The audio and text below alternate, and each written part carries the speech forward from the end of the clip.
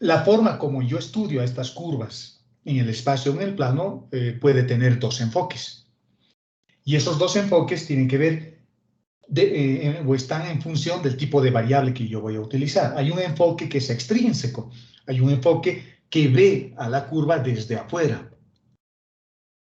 Y hay un enfoque que ve a la curva desde adentro, desde la propia curva. Entonces hay dos formas de estudiar esto.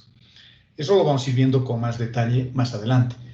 Sin embargo, es importante ver que en principio la geometría que se asocia a estas funciones, como les dije, son curvas en el espacio o en el plano, y la forma más potente de representar esas curvas, la forma más interesante de representar esas curvas, es a partir de formas vectoriales, es decir, a partir de vectores, de un tipo concreto de vector, ¿no? Porque los vectores o los espacios vectoriales son bastante abstractos. Hay vectores que están formados por un solo elemento, el espacio vectorial trivial, por ejemplo, el cero. El cero es un espacio vectorial en sí mismo. Pero también hay espacios vectoriales que están formados por matrices, hay espacios vectoriales que están formados por números complejos, hay espacios vectoriales que están formados por polinomios, por funciones en general. Nosotros nos estamos refiriendo a un espacio vectorial que tiene esa connotación de estar formado por vectores que tienen una dirección, un sentido y un tamaño, ¿no? Esos son otro tipo de vectores que son más útiles, por lo menos desde el punto de vista de la mecánica, porque la fuerza, la velocidad, la aceleración se representan con ese tipo de vectores, con esos vectores que en general tienen un tamaño, una magnitud, etcétera, etcétera. Las derivadas de estos vectores y los límites los hemos repasado en la anterior clase, y en las derivadas, por ejemplo, nos hemos encontrado con sorpresas bien bonitas, como que cuando yo derivo un vector, una función vector, esa derivada, así como la definimos, es válida únicamente si estoy usando la base canónica. Porque lo que yo tengo que asegurarme es de que si yo derivo un vector, ese vector me tiene que dar como resultado otro vector. Y si la base no es la base canónica, si es otra base que no sea euclidiana, por ejemplo, que sea una base que dependa del parámetro t, también puede haber una base que dependa del parámetro t, en ese caso la derivada de un vector no necesariamente va a ser un vector, puede ser otra cosa. En esos casos hay que buscar unos elementos de conexión para obligar a que una derivada que tenga base variable se vuelva también un vector. Ese no es el caso, sin embargo, acá es un caso más simple, y ese caso más simple se lo tenemos que agradecer a la base canónica, porque la base canónica está formado por vectores fijos. El vector I es 1, 0, 0, el vector J es 0, 1, 0 y el vector K es 0, 0, 1. Vectores fijos, y la derivada de ese vector es 0. Porque de otra forma tendría que hacer uso, bueno, de hecho siempre se hace uso de la regla del producto, ¿no? La derivada del primero por el segundo se deriva, sin derivar, etcétera, etcétera. Y esta sería la propiedad que tendría que utilizar: derivar la componente y derivar la base. U es la base y h de t es la componente. Pero eso no sucede, así que la derivada es mucho más fácil, es mucho más asequible, porque estamos más enfocados en el cálculo que en ver qué pasa con las derivadas de los dentro de espacios vectoriales un poco más abstractos, ¿no? Entonces, lo único que tengo que derivar son estas formas rosadas que estoy pintando, las componentes. Veamos algunos ejemplos, nos habíamos quedado ahí la clase anterior. Me piden hallar el límite de una función. Bueno, en realidad el ejemplo a mí me parece que está un poco de más, porque al derivar un vector o hallar el límite de un vector es hallar 3 límites o 2 límites o 5 límites. Es decir, tantos límites como componentes tenga el vector. Vamos a suponer que este es mi vector. Esta es la componente en la dirección de Y, esta es la componente en la dirección de J y esta es la componente en la dirección de K. Entonces tendré que hallar 3 límites separadamente. Y son límites de una sola variable, es decir, son funciones de una sola variable. Por lo tanto, los límites que acá hay que calcular o resolver son los límites que ustedes han aprendido en cálculo 1. Es básicamente lo mismo. Es lo mismo. La única diferencia es que no estoy usando x como variable, estoy usando la variable t, que es un parámetro, el parámetro que me permite encontrar muchos vectores, ¿no? Entonces tengo que calcular, fíjense, 3 límites. Un límite para la variable x, un límite para la variable y un límite para la variable z. Esos son los límites que tengo que calcular para hallar el límite de la función. Mi función es esta, y si quiero calcular el límite de esta función, que es lo que estoy mostrando acá, tendré que calcular 3 límites. Resolviendo cada uno de ellos. Bueno, me imagino que ustedes lo pueden hacer más rápidamente, digamos, pero vamos a tratar de hacer conmigo un poquito. El primer límite, eso. Hay que hacer algunos artificios, yo creo, para el primer límite, que es este. Voy a hallar el límite de esta misma función, pero fíjense lo que voy a hacer. Lo voy a elevar a seno de t sobre seno de t. A todo el término, a todo este término lo voy a llevar a eso para llegar a un límite más o menos conocido. A todo eso agarro y lo elevo a 1. Seno de t sobre seno de t es 1. Pero eso me va a permitir hacer un pequeño truco, porque uno de los senos lo voy a poner en el denominador y el otro seno lo voy a poner en el numerador. De tal forma, por ejemplo, que este valor de t va a venir como denominador del que está arriba y este que está en el denominador se va a ir acá. Estoy reacomodando simplemente de acuerdo a mi conveniencia. Y este ya es un límite fundamental, porque por propiedades de límites voy a hallar el límite de la base y voy a hallar el límite del exponente. El límite del exponente es 1 y este es un límite conocido que se llama e. Por este límite conocido, ¿no? 1 más seno de t elevado a la 1 sobre t va a valer e. Ya está. Hemos calculado el primer límite. Y haciendo lo mismo, se los dejo a ustedes como ejercicio y verifiquen también esto, ¿no? Por ahí yo me equivoco en algo. Y hallando el cálculo, realizando el cálculo de los otros límites, tengo que de la segunda componente vale 1 y de la tercera componente vale 1/2. Pueden usar L'Hopital, pueden hacer todo lo que han aprendido. En el límite de la función arcoseno podrían utilizar una variable auxiliar, hallando la función seno y hallando el límite sobre esa función seno, o haciendo L'Hopital. Y ese límite también vale 1. ¿De acuerdo? Entonces, calcular límites es eso. Si es que no hemos aprendido a calcular límites, bueno, acá posiblemente tengamos problemas, ¿no? Vamos a tener problemas porque hay que saber calcular límites. Sigamos. Les decía que cuando uno estudia una curva, vamos a imaginarnos que tengo una curva como esta, una curva cualquiera.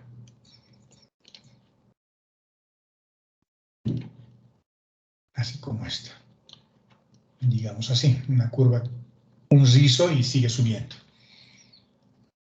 Y esa curva está formada por una agregación de puntos, ¿no? Por una agregación de puntos. Y esos puntos, en realidad, son los extremos de los vectores, los extremos libres. El primer vector está por acá, el segundo vector llega hasta acá, y así sucesivamente, con sus flechitas, por supuesto. Ahora, les había dicho que cuando uno estudia curvas, hay dos formas de estudiar las curvas. Bueno, en realidad hay varias, pero hay dos que son importantes. Uno siendo un pájaro, y viendo desde afuera, a ojo de pájaro. Y cuando hago eso, cuando yo estudio las curvas a ojo de pájaro, la variable, el conjunto que yo veo es el espacio tridimensional asociado a las variables x, y z, es decir, nuestro espacio vectorial canónico.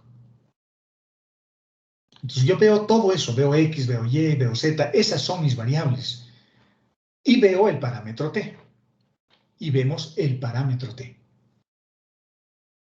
Pero existe otra posibilidad de que yo, en vez de estar afuera, mirando desde afuera todo el conjunto, esté caminando sobre la propia curva. Digamos acá. Y por lo tanto, cuando yo estoy caminando sobre la propia curva, ya no voy a ver X, ya no voy a ver Y, ya no voy a ver Z. Lo que yo voy a ver es una propia base dentro de esto. Mi propia base. Una base, y es una base que se va a ir moviendo en el espacio. Ya veo mi entorno, mi vista solo alcanza a ver, me alcanza a ver a mí mismo y a una propia base que está dentro de la curva, sobre la curva. En cambio, si veo desde abajo, veo todo el conjunto. esta es una visión extrínseca, desde afuera, y esta es una visión intrínseca. Cuando yo tengo la visión extrínseca desde afuera, el parámetro que voy a usar es el parámetro tiempo, lo que hemos estado usando en todos estos ejercicios.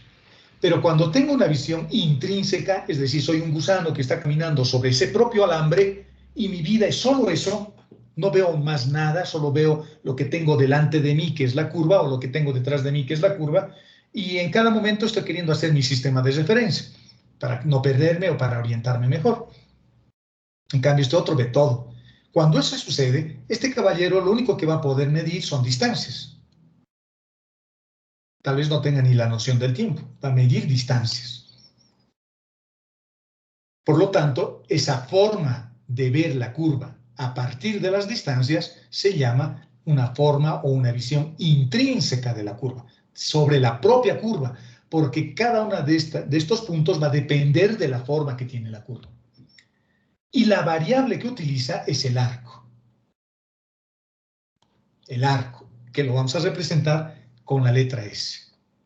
Este caballero que se está moviendo sobre la propia curva, este gusanito que se está moviendo sobre la curva, dirá, yo quiero moverme de acá hasta acá. Quiero desplazarme desde ahí hasta ahí. Entonces tiene que a la fuerza medir esa distancia. Pero no es una distancia ya recta, es una distancia que está sobre la curva. Y va a tener una forma curva en general, a no ser que la trayectoria sea rectilínea, ¿no? Pero en general voy a tener una trayectoria curvilínea, con arcos y demás cosas. Por lo tanto, lo que vamos a hacer ahora es empezar a estudiar a esta variable S, para tener una visión intrínseca de la curva. Pues la visión extrínseca es más fácil, ¿no? Ya lo hemos estudiado, ya sé cómo graficar y demás, hemos usado el parámetro t. Y ya sé que la derivada, por ejemplo, de la función, cuando utilizo el parámetro t, son vectores tangentes a la curva. ¿Qué pasará si lo derivo respecto del arco? Que va a ser otra variable, otro parámetro, que ahora va a medir distancias. Este mide tiempos y este mide distancias. Son cosas diferentes. Por lo tanto, lo que vamos a hacer ahora es estudiar la longitud de arco, porque esta variable S que he puesto acá, S, es la longitud del arco. Es la distancia lineal desde el punto A hasta el punto B siguiendo la forma de la curva. A eso también se le llama la rectificación de la curva. Y es una medida de distancia, como les acabo de decir. Esa distancia sobre la propia curva. Porque el gusano, la hormiga o lo que se esté moviendo o la partícula que se está moviendo sobre la curva va a moverse sobre la curva y va a medir la distancia sobre la curva. No va a medir la distancia más corta entre dos puntos, ¿no? Porque esa distancia sería una distancia lineal. Imagínense que quiero medir la distancia de acá hasta acá. Entonces hay varias distancias que puedo medir. Una distancia podría ser, por ejemplo, la distancia directa entre esos dos puntos. Pero no, la hormiguita no vuela, ¿no? La hormiguita va a ir moviéndose sobre la curva. Entonces, a eso le vamos a llamar longitud de arco. ¿De acuerdo? Ahora, vamos a ver cuál es la expresión que me permite encontrar la longitud de arco. Cuando yo trabajo con una curva como esta, así, y lo vuelvo un elemento diferencial, lo que es curvo se va a volver una recta, porque es tan pequeñito que es un punto, por lo tanto no voy a tener la noción de su curvatura. Y por eso prefiero trabajar con elementos diferenciales, porque para mí me va a dar una noción pitagórica de la distancia. Me va a dar una noción pitagórica de la distancia. Entonces hago eso, ¿no? Evito trabajar con curvas volviéndolo un puntito a la longitud que existe sobre la curva. Y a eso le voy a llamar elemento diferencial de arco. O sea, es tan pequeñito que es un elemento diferencial. Y es tan pequeñito que es prácticamente una recta. Y por lo tanto, si es una recta, es como si fuese un vector diferencial, que se llama diferencial de S. Y el módulo de ese vector es la distancia. Y el módulo de un vector se encuentra con el producto escalar. Y su producto escalar asociado será este. Y esta expresión pintada con verde, que lo voy a resaltar con naranja, para mí es la fórmula mágica para encontrar distancias. ¿De acuerdo? Voy a hacer un pequeño truco. Voy a dividir ambos lados, acá y a todo esto,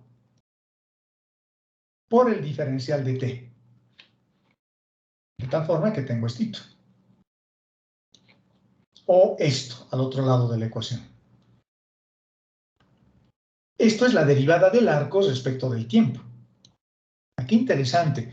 Lo que estoy calculando o lo que estoy haciendo ahí es vincular las dos variables que voy a usar. El arco, que es el que estoy empezando a estudiar, y el tiempo, que ya lo he estudiado, que ya lo he visto en la clase anterior. Es el parámetro de siempre. Y como las derivadas son divisiones de elementos diferenciales, fíjense, escuchen lo que les estoy diciendo, parece una aberración. Una derivada, jóvenes, no es más que una división, pero una división entre elementos diferenciales, entre elementos que viven en ese mundo microscópico de los diferenciales. Por lo tanto, puedo distribuir, porque si es una simple división, el denominador lo puedo distribuir entre los tres términos que tengo en el numerador y me queda esto. Ah, qué interesante, digo. Porque esto para mí es el módulo de la velocidad, es el módulo de la primera derivada, así como hemos hecho acá. ¿Dónde está mi derivada? Fíjense esto. ¿Qué es esto? Y como están elevados al cuadrado esos términos, es su módulo en base canónica. Es el módulo de la primera derivada, elevado al cuadrado. Luego, cuando le saque la raíz, será el módulo de la primera derivada. Esto lo voy a llevar como si fuese un producto escalar, fíjense. Esto por esto me va a dar exactamente esto. Diferencial de la derivada de x respecto de t por la derivada de x respecto de t me va a dar la derivada de x de t respecto de t elevado al cuadrado. La derivada de y respecto de t por la derivada de y respecto de t me va a dar la derivada de y respecto de t al cuadrado. Lo mismo para z. Esto para mí es f'. Es la primera derivada. Que lo puedo representar también como f'. Primera derivada. Bueno, eso es una t. Aunque no crean, eso es una t. Por lo tanto, este término es primera derivada. Lo voy a representar así. Y este otro también es primera derivada, es el mismo vector.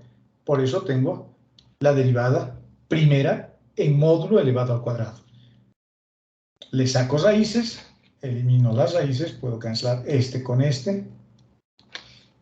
Y luego resuelvo una pequeña ecuación diferencial. El método que voy a usar es separación de variables. Todos los que tienen t a un lado y todos los que tienen arco al otro lado. Pero arco solo hay uno. Arco solo tengo este, entonces se queda solito y este diferencial de t que está dividiendo lo paso a multiplicar. Y tengo una expresión como esta. Aplico cuadraturas. Las cuadraturas no se olviden que son las integrales. Aplico aquí una cuadratura, aplico aquí otra cuadratura. Por el teorema fundamental del cálculo anulo la integral con el elemento diferencial y me queda ese.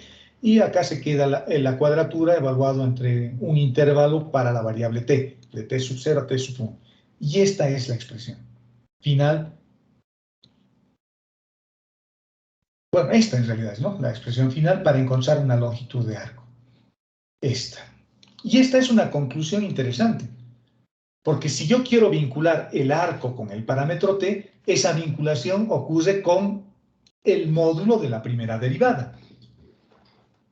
Si la función vectorial está describiendo una ecuación de movimiento, una función vectorial puede estar describiendo la ecuación de un movimiento, de una mosca o de una avispa o de un pájaro que está volando, digamos así, y lo represento a esa ecuación de movimiento como una función vectorial, la primera derivada va a ser la velocidad, ¿no? La velocidad. La segunda derivada será la aceleración. Y la tercera derivada será el impulso. Y si yo quiero vincular el espacio referido al arco con el tiempo, eso dice que es igual a la velocidad. En módulo.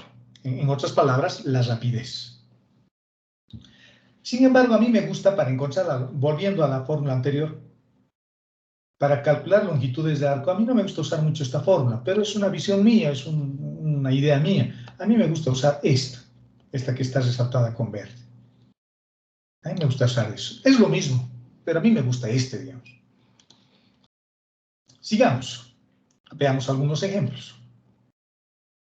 El primer ejemplo me está diciendo de que encuentre una expresión para encontrar una longitud de arco cuando la curva no está expresada como un vector, sino cuando la curva está expresada como una función de cálculo 1, una función de dos variables, por ejemplo, una parábola.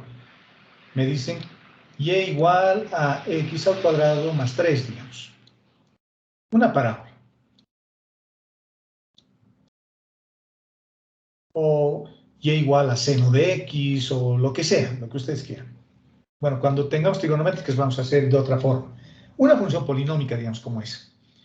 ¿Cómo encuentro la longitud de arco si esta expresión a la que he llegado, o esta que a mí me gusta, requiere de vectores? Y aquí no me han dado un vector. Bueno, tengo dos posibilidades. Una es que lo vuelva un vector. Por ejemplo, esta función podría decir que x se vuelva t y que y sea igual a t al cuadrado más 3. Parametrización de Monge. Ya está, ya tengo el vector. Esta es la función vectorial. Tengo la componente x y tengo la componente y en base canónica, por supuesto. Y tengo el vector y lo derivo, encuentro su módulo y resuelvo la integral. Pero yo no quiero hacer eso, no quiero volverlo un vector, quiero trabajar directamente con esto. En este ejemplo lo que quiero es trabajar directamente con eso. ¿Cómo hacemos? La longitud de arco también lo puedo expresar así. Porque no se olviden, en este término que a mí me gusta, para un caso más simple, este término que lo estoy remarcando, cuando le saco la raíz, elimino esto y sale una raíz. Y luego aplico integrales, este se me va y me queda una integral acá. Pero en este caso, como mi curva está en el plano, no existe z, ¿no? No existe z. Por lo tanto, me va a quedar una expresión como esa. Esto es un poco difícil de ver, digamos, la longitud de arco, si no están familiarizados, porque uno diría, ¿cuál va a ser mi variable de integración? ¿X o Y? Bueno, tendría que tener una variable o la curva parametrizada así, pero yo no quiero hacer eso.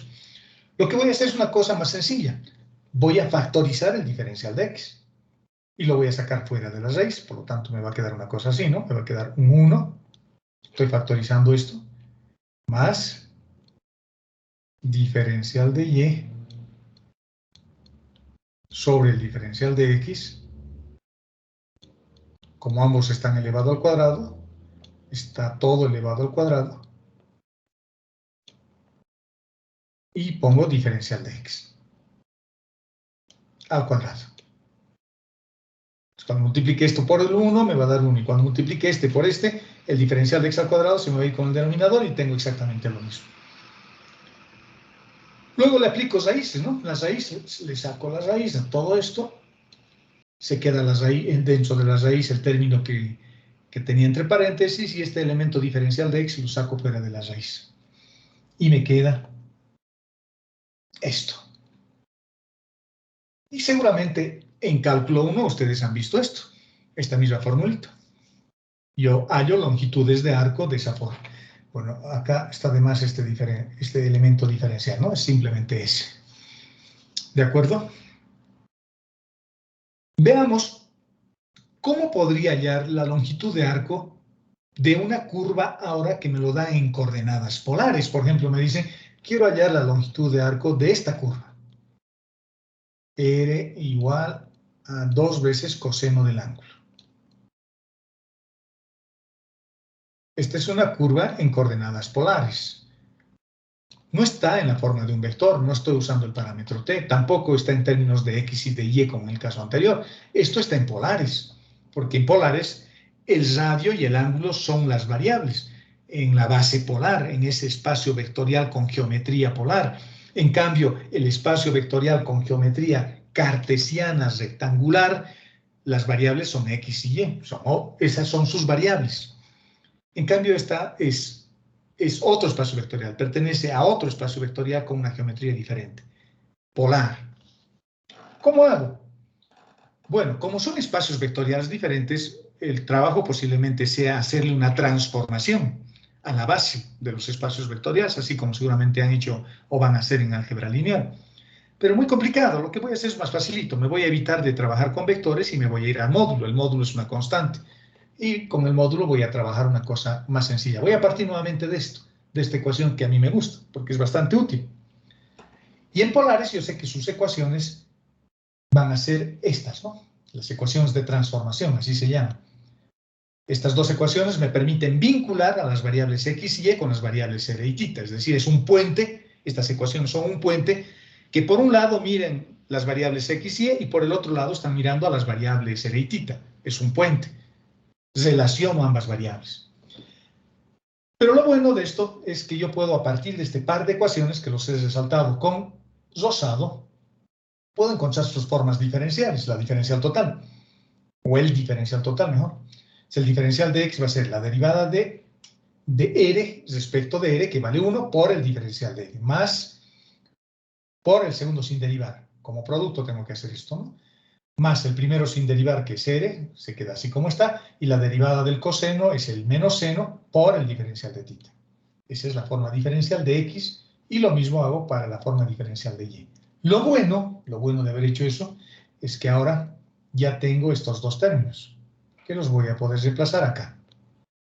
Hay que elevarlos al cuadrado. Todo esto tengo que elevar al cuadrado. Y a este lado también, ¿no? También tengo que elevar al cuadrado. Y lo mismo para y. Y desarrollando los términos cuadráticos, tengo estas expresiones largas. El lado derecho se desarrolla así, o se expande así, y el lado derecho para la variable y se expande así. Luego, ¿qué tengo que hacerlos? Tengo que sumarlos. Y sumándolos, se reducen estos dos términos a una ecuación como esta. Mucho más facilito. Y esta es la forma como mido distancias en el espacio vectorial polar. Fíjense que ya no es riemanniano, ya no es, euclidiano, ya no es pitagórico, mejor dicho. Hay un diferencial de θ en este caso que está multiplicando por este término que es r al cuadrado. En cambio, la distancia, como se mide con Pitágoras, es así, ¿no? Es la hipotenusa de un triángulo rectángulo. Cateto opuesto, cateto adyacente y la hipotenusa. Pitagórico. Simplemente la distancia sería una cosa así, ¿no? Diferencial de x al cuadrado, diferencial de y al cuadrado, y este es el diferencial del arco, la hipotenusa. Totalmente pitagórico. Así es en el sistema cartesiano rectangular. En cambio, en el sistema polar, fíjense, ya no es pitagórico porque aparece este término. Y luego puedo hacer el mismo procedimiento que antes, despejo el diferencial de θ o factorizo el diferencial de θ. Entonces esto va a aparecer dividiéndose, la derivada de r respecto de θ elevado al cuadrado. Este r se va a quedar solito, y este diferencial de θ lo saco. Le saco la raíz y ya tengo una expresión para hallar longitudes de arco en coordenadas polares. Pero en el plano, Estos dos primeros ejemplos que hemos hecho son para curvas en el plano. Sigamos. Veamos un ejemplo de cómo usamos esta formulita. Calcular la longitud de arco me piden de esta curva. 2t logaritmo de t, t al cuadrado. Perdón.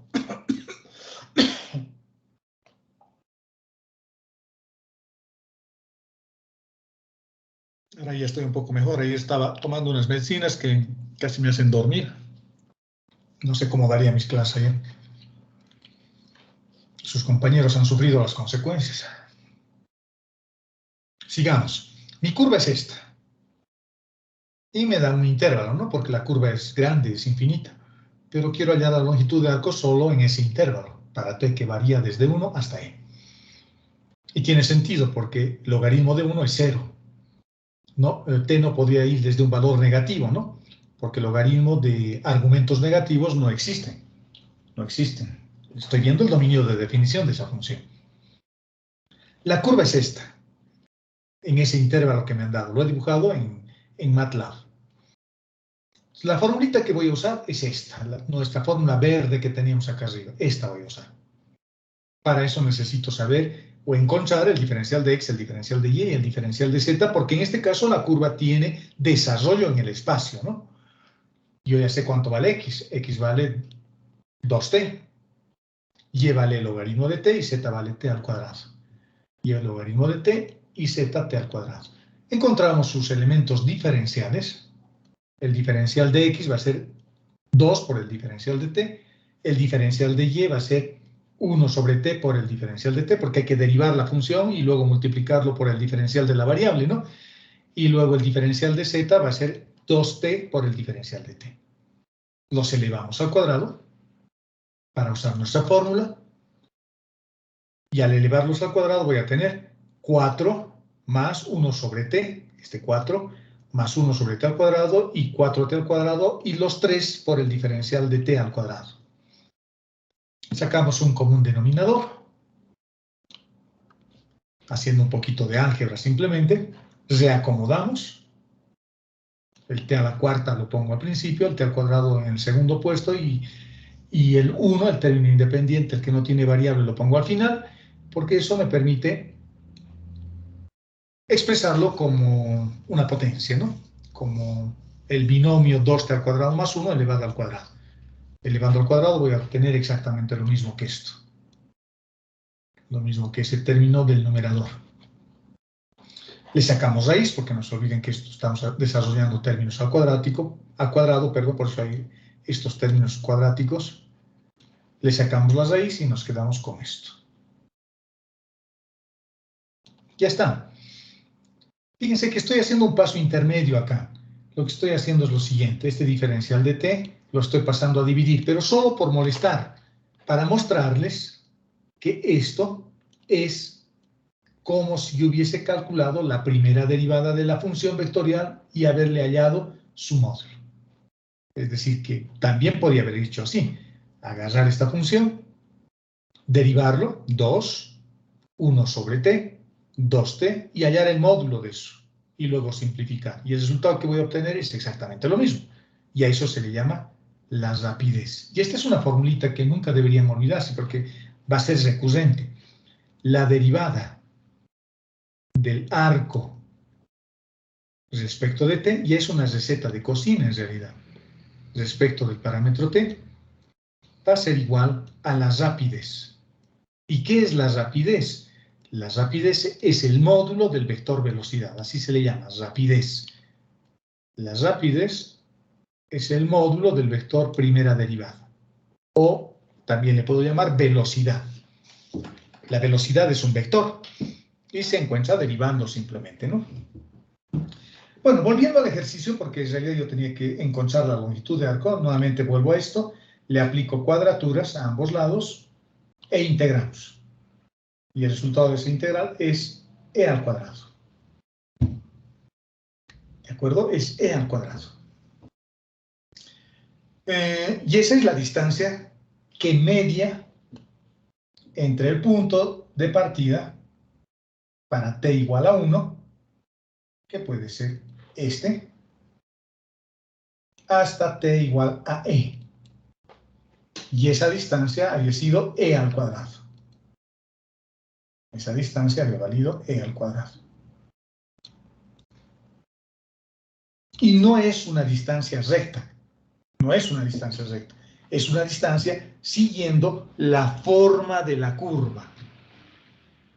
¿De acuerdo? Entonces, fíjense, acá lo único que estoy haciendo es encontrar una expresión que me permita calcular longitudes de arco. Porque seguramente necesito, ¿no? Si yo quiero saber si estoy construyendo un camino que lo puedo modelar con una ecuación vectorial, yo quiero saber qué material voy a encontrar, yo podría encontrar esta longitud de arco e idealmente tener una buena idea, una buena aproximación de cuánto material voy a utilizar. Para estas cosas se utilizan lo que estamos aprendiendo, ¿no? Son expresiones que me van a ayudar en algún momento de mi carrera, eso, o al menos eso espero. Y si no me ayudan en ningún momento de mi carrera, bueno, por lo menos va a servir para ver lo bonito que es la matemática. Sigamos. A partir de ahora, vamos a hacer la presentación oficial del arco. El arco. O sea, tengo dos parámetros. El parámetro tiempo, que es el que ve desde afuera, que ve todo el entorno, ve la variable X, ve la variable Y, ve la variable Z, ve la base canónica. El parámetro T, la variable extrínseca, y hay otro parámetro que acabo de encontrar ahora, que es el parámetro arco. Porque para mí ahora el arco va a ser un parámetro. Pero el arco solo ve la curva, no ve nada más. el parámetro arco solo ve la curva. ¿De acuerdo? Al final les voy a poner una cosa bonita para comparar estas cosas. El parámetro T y el parámetro arco. Uno ve desde arriba, ve todo, incluido la curva, y este ve solo la curva, no ve nada más. Esta es una visión intrínseca, a sí mismo se está viendo. Y esto está viendo desde afuera todo. Está viendo el espacio, está viendo las otras curvas que hay dentro de ese espacio vectorial, está viendo todo. En cambio, este se ve solo a sí mismo. Lo ideal, el siguiente trabajo sería, si yo tengo la curva expresada en términos de t, como en este caso, y estoy viendo acá la curva desde afuera, fíjense aquí hice mi dibujo y lo estoy viendo desde afuera, nosotros estamos acá, ese es nuestro ojo, digamos, estamos mirando ahí, con el parámetro t. Yo diría, ¿cómo puedo hacer para yo volverme un elemento diferencial y ponerme sobre la curva? Para que tenga una visión intrínseca, para que vea solo la curva. Porque debe tener algunas ventajas ver la curva sobre la propia curva, ¿no? Un elemento diferencial que se mueve a lo largo de la curva. Tiene algunas ventajas, como vamos a ver más adelante.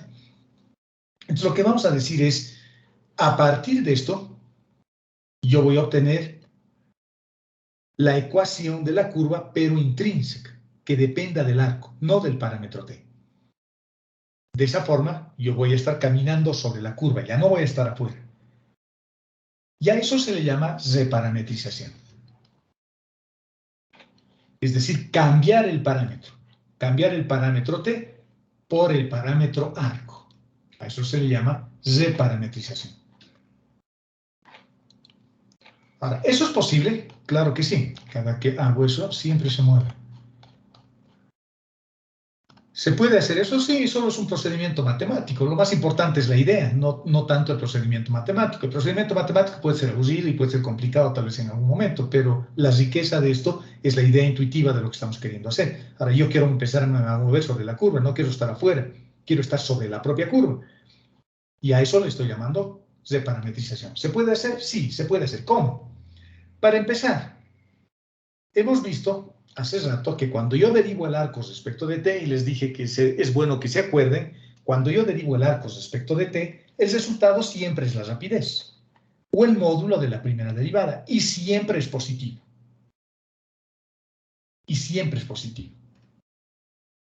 Lo ideal es que la rapidez sea unitaria. Porque si la rapidez es unitaria, el parámetro arco y el parámetro tiempo es lo mismo. Es decir, es lo mismo ver desde afuera que ver desde la propia curva, si la rapidez fuese unitaria. Y esta idea de querer igualar esos dos parámetros no siempre se va a poder hacer, en algunos casos no se va a poder hacer. Entonces, esto me está mostrando de que existe una necesidad de tener estos dos parámetros diferentes y describir a la curva desde dos visiones diferentes.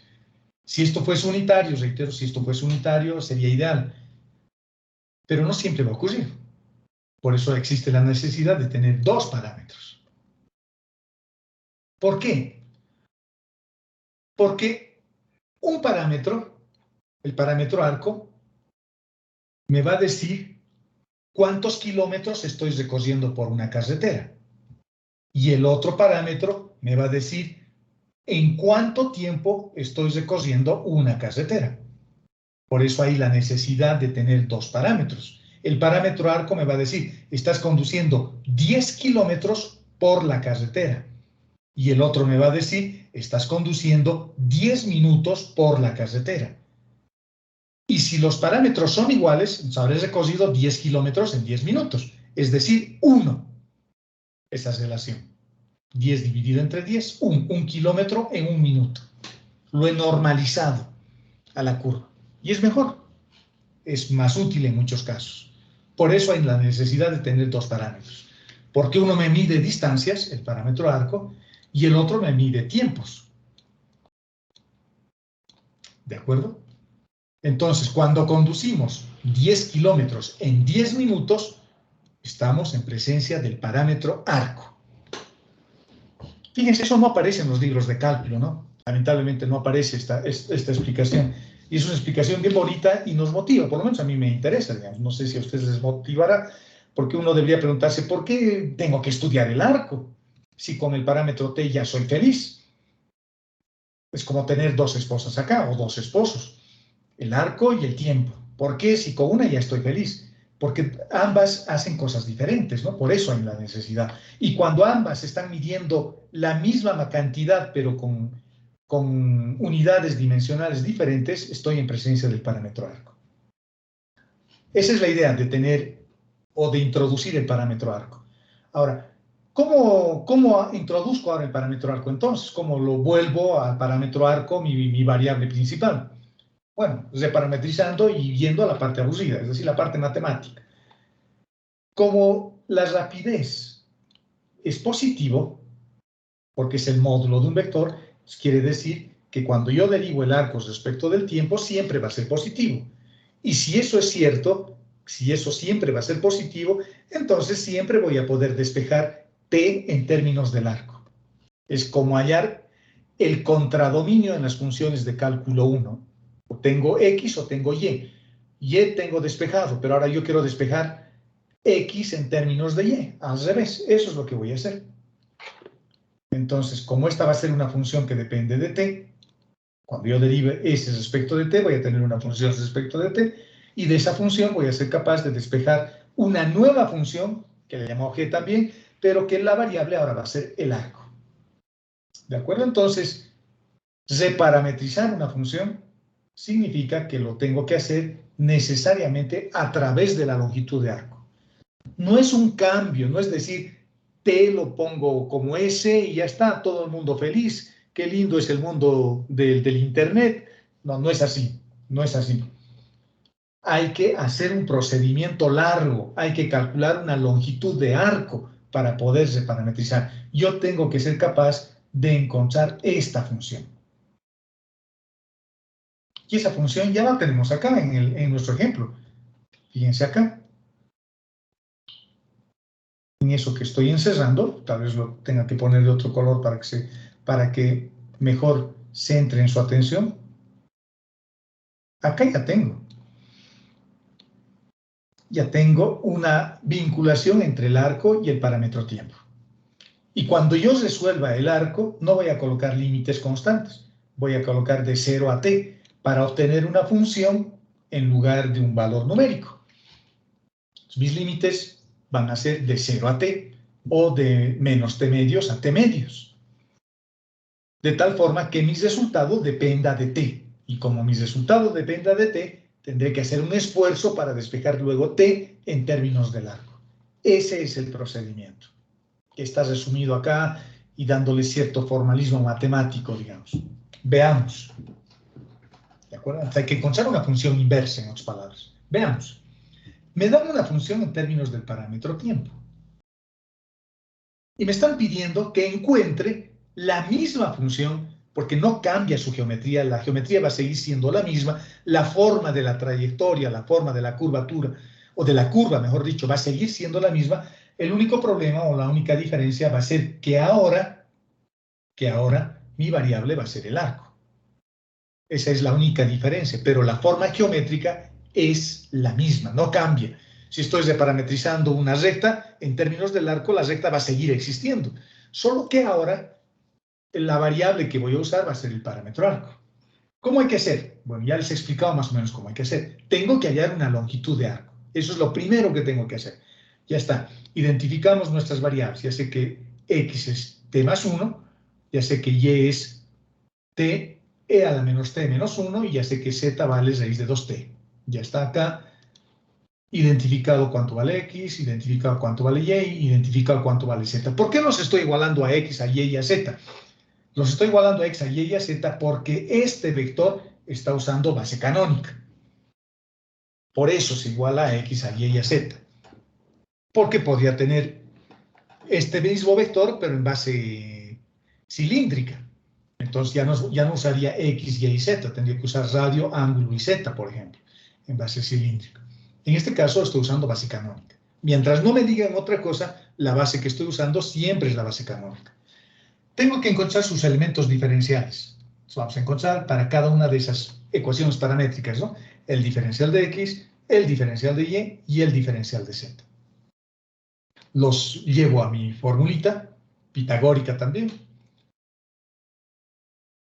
Reemplazamos el valor del diferencial de x, el valor del diferencial de y el valor del diferencial de z en esta ecuación, en esta. Y tratamos de simplificar, ¿no? Tenemos esto. Lo estoy reordenando simplemente. Este 2 lo estoy poniendo al medio y este menos 2 lo estoy llevando al otro lado. ¿Para qué estoy haciendo eso? Estoy haciendo eso para poderlo expresar como si fuese un binomio elevado al cuadrado. Perfecto. Elimino los términos cuadráticos. Esto es álgebra simplemente. Esto lo pueden hacer a ojos cerrados ustedes. Y elimino eso. Y me queda esto. Hallo la longitud de arco. Tengo que hallar S. Y voy a integrar esto, ¿no? Voy a aplicar cuadraturas a ambos lados. Es decir, agarro mi lápiz y digo, le voy a aplicar cuadraturas. Las cuadraturas son los integrales. Y esto lo evalúo entre 0 y S, que es lo que normalmente se hace. Entonces, resolviendo la integral, me va a quedar simplemente S. Y esto otro lo evalúo entre 0 y t. Fíjense que ya no estoy colocando límites. Estoy colocando límites numéricos, ¿no? Estoy colocando ahora un límite general. Pueden ser desde menos t medios hasta t medios o de 0 a t. De tal forma que mi resultado sea una función de t. Mi resultado es este, caballero. De acá tengo que despejar t. De esta ecuación debo despejar t. Bueno, igual, habilidad algebraica, ¿no? Habilidad algebraica para ustedes. Este término que es negativo lo estoy poniendo en el denominador y estoy sacando un común denominador. Luego este que tengo en el denominador e a la t lo paso a multiplicar por la variable s y formo esta ecuación. Y todos los términos los llevo a un solo lado de la ecuación, a s. E a la 2t menos s veces e a la t menos 1. Tengo que factorizar de ahí la variable t. Voy a hacer un cambio, un truco, voy a hacer un cambio de variable. X le voy a llamar a e a la t. De tal forma que voy a tener una ecuación cuadrática. X al cuadrado menos sx menos 1. Mi variable, mi incógnita es x, porque x es el que tiene t. Utilizo la formulita. Utilizamos la formulita para resolver ecuaciones cuadráticas y luego los reemplazo, ¿no? Los reemplazo el valor de x por e a la t, porque eso es lo que hemos dicho, ¿no? Eso es lo que hemos dicho. Ya está. Ya hemos despejado t, lo puedo despejar t utilizando la función inversa de la función exponencial, en este caso con un logaritmo neperiano. Y fíjense, ya hemos despejado t. Tengo un pequeño problema todavía, pero acá hay dos signos, positivo y negativo. ¿Cuál voy a usar? Yo tengo que asegurarme por dominios de definición, que hemos aprendido en cálculo 1 también, que la función logaritmo nunca admite términos negativos acá adentro. Entonces tengo que asegurarme que s más menos raíz de s al cuadrado más 4 sobre 2 sea siempre positivo. Y eso va a ocurrir únicamente con el signo positivo. Con el signo positivo. Porque si ustedes se dan cuenta, la raíz de s al cuadrado más 4 siempre va a ser más grande que s. Siempre. Porque si no hubiese el 4, voy a tener s al cuadrado. Y s al cuadrado en raíz es s. S menos s es 0. Pero como al s le estoy sumando un 4 más, entonces la raíz siempre va a ser más grande que el término s individualmente. Por lo tanto, tomo solo el signo positivo. Por ese motivo estoy tomando el s positivo.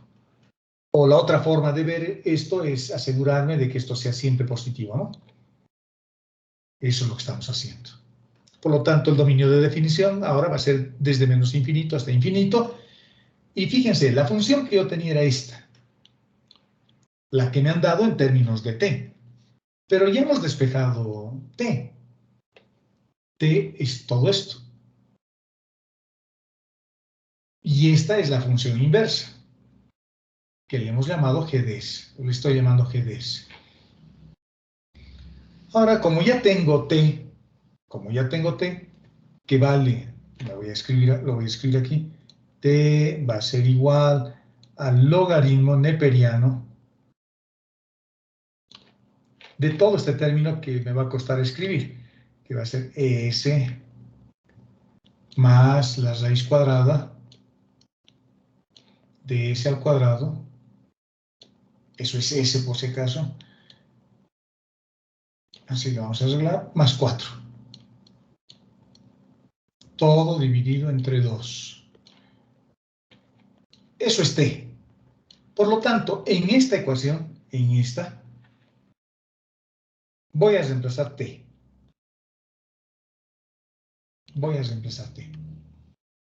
¿De acuerdo? Es lo que estoy queriendo mostrarles acá.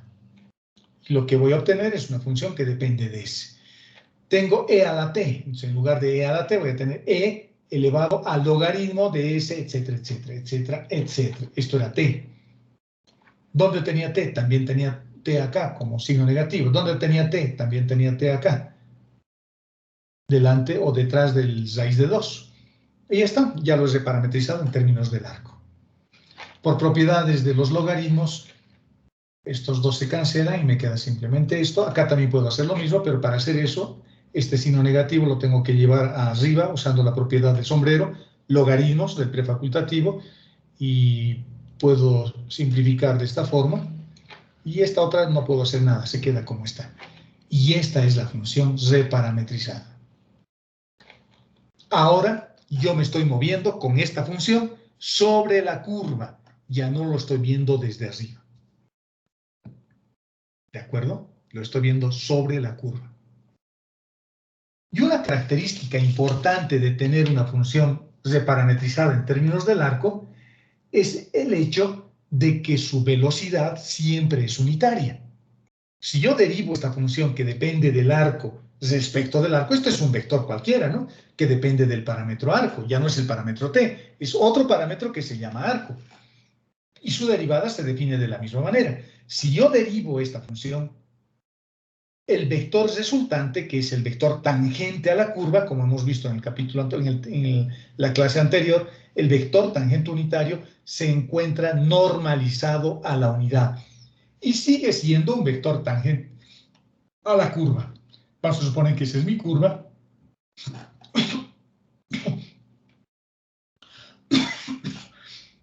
Y la derivada en este momento, en este instante, o para ese valor de arco, ahí, sigue siendo un vector tangente a la curva. La diferencia es que este vector es unitario. En cambio, si lo hubieses reparametrizado en términos del arco, digamos ahí mismo, en ese mismo puntito, el vector que hubiese obtenido va a ser un vector más grande, posiblemente. Va a ser un vector más grande, posiblemente. ¿Por qué? ¿Por qué va a ser un vector más grande? Porque es el parámetro t. O tal vez más pequeño, no sé. Pero es un vector variable, de tamaño variable. En cambio, cuando los reparametrizo en términos del arco, el vector siempre es unitario. ¿Por qué tiene que ser unitario? Porque así estoy asegurando de moverme 10 kilómetros en 10 minutos. Por esto que hemos hablado hace rato.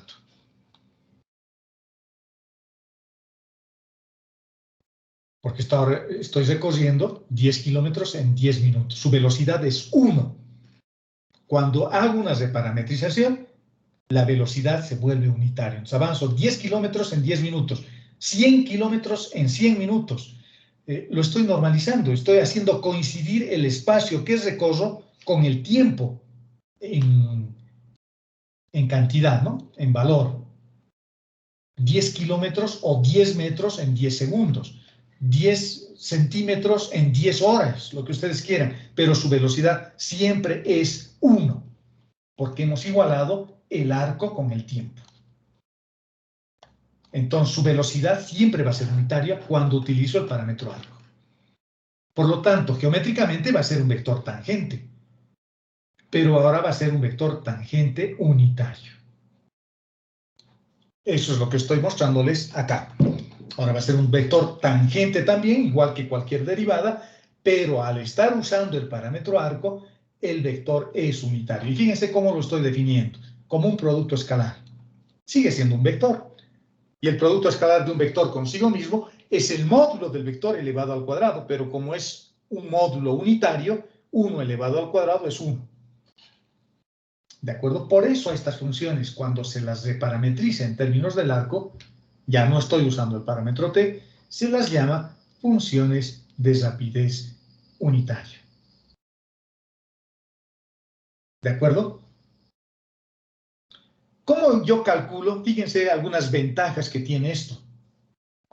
Algunas ventajas que tiene el hecho de que yo esté usando el parámetro arco, es decir, el parámetro intrínseco. ¿Cuáles son sus ventajas? Veamos alguna de ellas. La primera es esta, que su derivada siempre es unitaria. El vector resultante siempre es unitario. ¿Cómo calculo la longitud de arco si la función está parametrizada en términos del arco? Restando el punto inicial y el punto final. ¿Se dan cuenta, jóvenes? Esto es bonito, ¿no?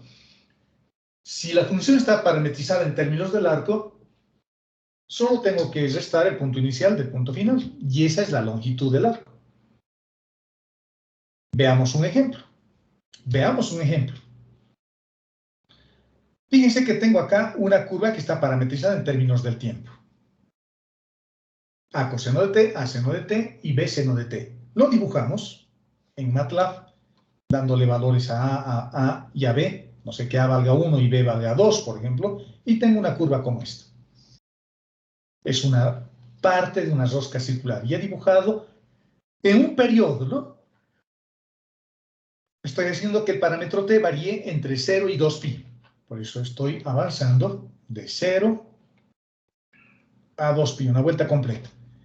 Si yo veo desde acá, yo voy a ver una circunferencia de 0 a 2pi. Pero como tiene variable z, entonces es una circunferencia que lo hemos cortado acá y uno lo hemos jalado hacia arriba y el otro lo hemos jalado hacia abajo. Y eso es lo que me da. ¿De acuerdo? Voy a hallar la longitud de arco en términos de t. Ya sabemos cómo hay que hacer. Hay que construir esto. Para eso necesito encontrar los elementos diferenciales, pero como ya tengo la curva, es esta la curva, encontrar sus elementos diferenciales es fácil. Diferencial de x, diferencial de y, diferencial de z, usamos nuestra fórmula, los reemplazamos en nuestra formulita y encontramos que el diferencial de s había sido igual a esto, después de haber simplificado. Integramos desde 0 a t. Desde 0 a t. Porque quiero encontrar la función inversa, quiero despejar t en términos del arco. Y eso en este caso es mucho más fácil que en el ejercicio anterior. T es igual a s sobre raíz de a al cuadrado más b al cuadrado. Ya tengo s y ese s es igual a esto, ¿no? Por eso estoy despejando t, t va a ser igual a s sobre esa raíz. Lo reparametrizo, agarro mi función en términos de t y lo vuelvo a una función en términos del arco. Y lo único que tengo que hacer es, en lugar de t, coloco esto, s sobre la raíz de a al cuadrado más b al cuadrado. Y eso está acá, ¿no? Fíjense, eso está acá. En lugar de coseno de t, ahora tengo coseno de s sobre raíz de a al cuadrado más b al cuadrado. En lugar de seno de t, ahora tengo seno de s sobre raíz de a al cuadrado más b al cuadrado. Y en lugar de b veces t, voy a tener b veces s sobre la raíz de a al cuadrado b al cuadrado. Mi función es reparametrizada en términos del arco. Esta función es una función de rapidez unitaria. Si lo derivo, voy a obtener un vector tangente cuyo tamaño es 1. Está normalizado. Lo quiero evaluar entre el parámetro 0 y 2pi. Quiero que dé una vuelta completa, lo que les decía aquí arriba, ¿no? Una vuelta completa. Y quiero hallar la longitud de arco en ese intervalo. Por lo tanto, t varía entre 0 y 2pi. Y en lugar de t, pero, voy a colocar el parámetro t. El que he calculado, el parámetro arco, mejor dicho. El parámetro t en términos del arco, mejor dicho. Estoy colocando eso, lo que hemos calculado. Por lo tanto, multiplicando a esta ecuación, a esa inecuación, por raíz de a al cuadrado más b al cuadrado, voy a obtener esto. Voy a obtener esto para que se vea mejor. Por lo tanto, la longitud de arco va a ser igual a b menos a. En otras palabras, b, que es esto, el punto donde estoy llegando, el valor de ese de donde, a donde he llegado, y el punto a de donde he partido. Y el resultado de esa longitud de arco es eso. Fíjense, no he calculado la longitud de arco realmente. Lo único que he hecho es restar el punto inicial del punto final. Del valor del parámetro arco en el punto final, menos el valor del parámetro arco en el punto inicial. Y si ustedes calculan la longitud de arco para esta curva, pero en términos del parámetro tiempo, resolviendo la integral y colocando como límites de 0 a 2pi, van a hallar exactamente lo mismo. Van a hallar exactamente lo mismo. Esa es una gran ventaja para el parámetro arco. Sigamos. El parámetro arco versus el parámetro tiempo. Los vamos a comparar a estos dos parámetros que estamos estudiando. Parámetro arco. El parámetro arco es intrínseco a la geometría de la curva. Es decir, que voy a tener un parámetro arco para cada bendita curva que exista en el espacio. Voy a tener un parámetro arco para cada una de ellas. Por lo tanto, solo corresponde a una opción. Va a depender de la curva. Y es difícil de calcular. Porque para reparametrizar hay que despejar el parámetro tiempo en términos del arco. Es difícil de calcular. No siempre es fácil.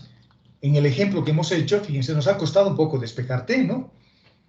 No era tan fácil. Bueno, en el segundo caso sí era fácil, pero en general voy a tener cosas complicadas que hacer para despejar t y voy a tener funciones incluso más complicadas, porque esta función es mucho más complicada y derivar esto va a ser mucho más complicado que derivar esto.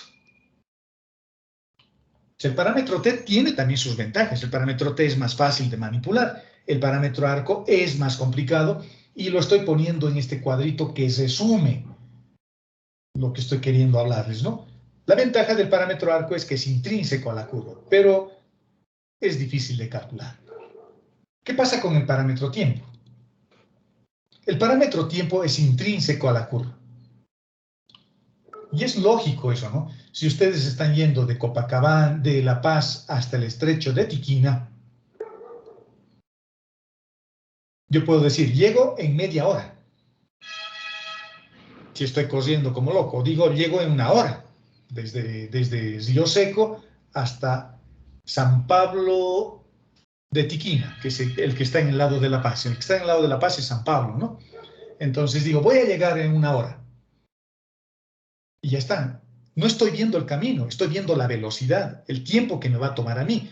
Porque el camino puede ser más o menos complicado de manejar, puede ser rectilíneo, puede ser lo que sea, o puedo recorrer cualquier otro camino en una hora.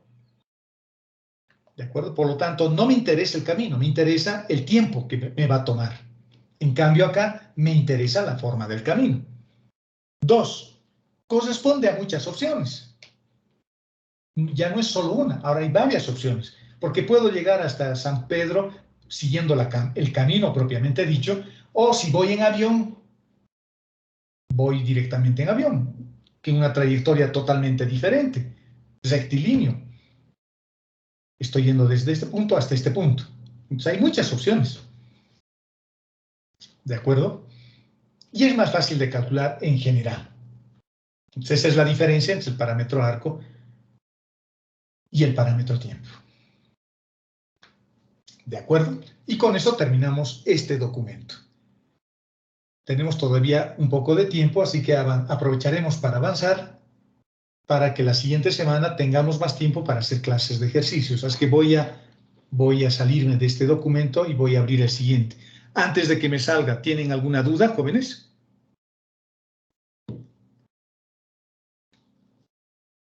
No creo. Pues nadie pregunta, me imagino que no. Vamos a cerrar este. Y nos vamos a ir a abrir el siguiente documento. Pensé que lo tenía abierto, pero no lo tengo abierto.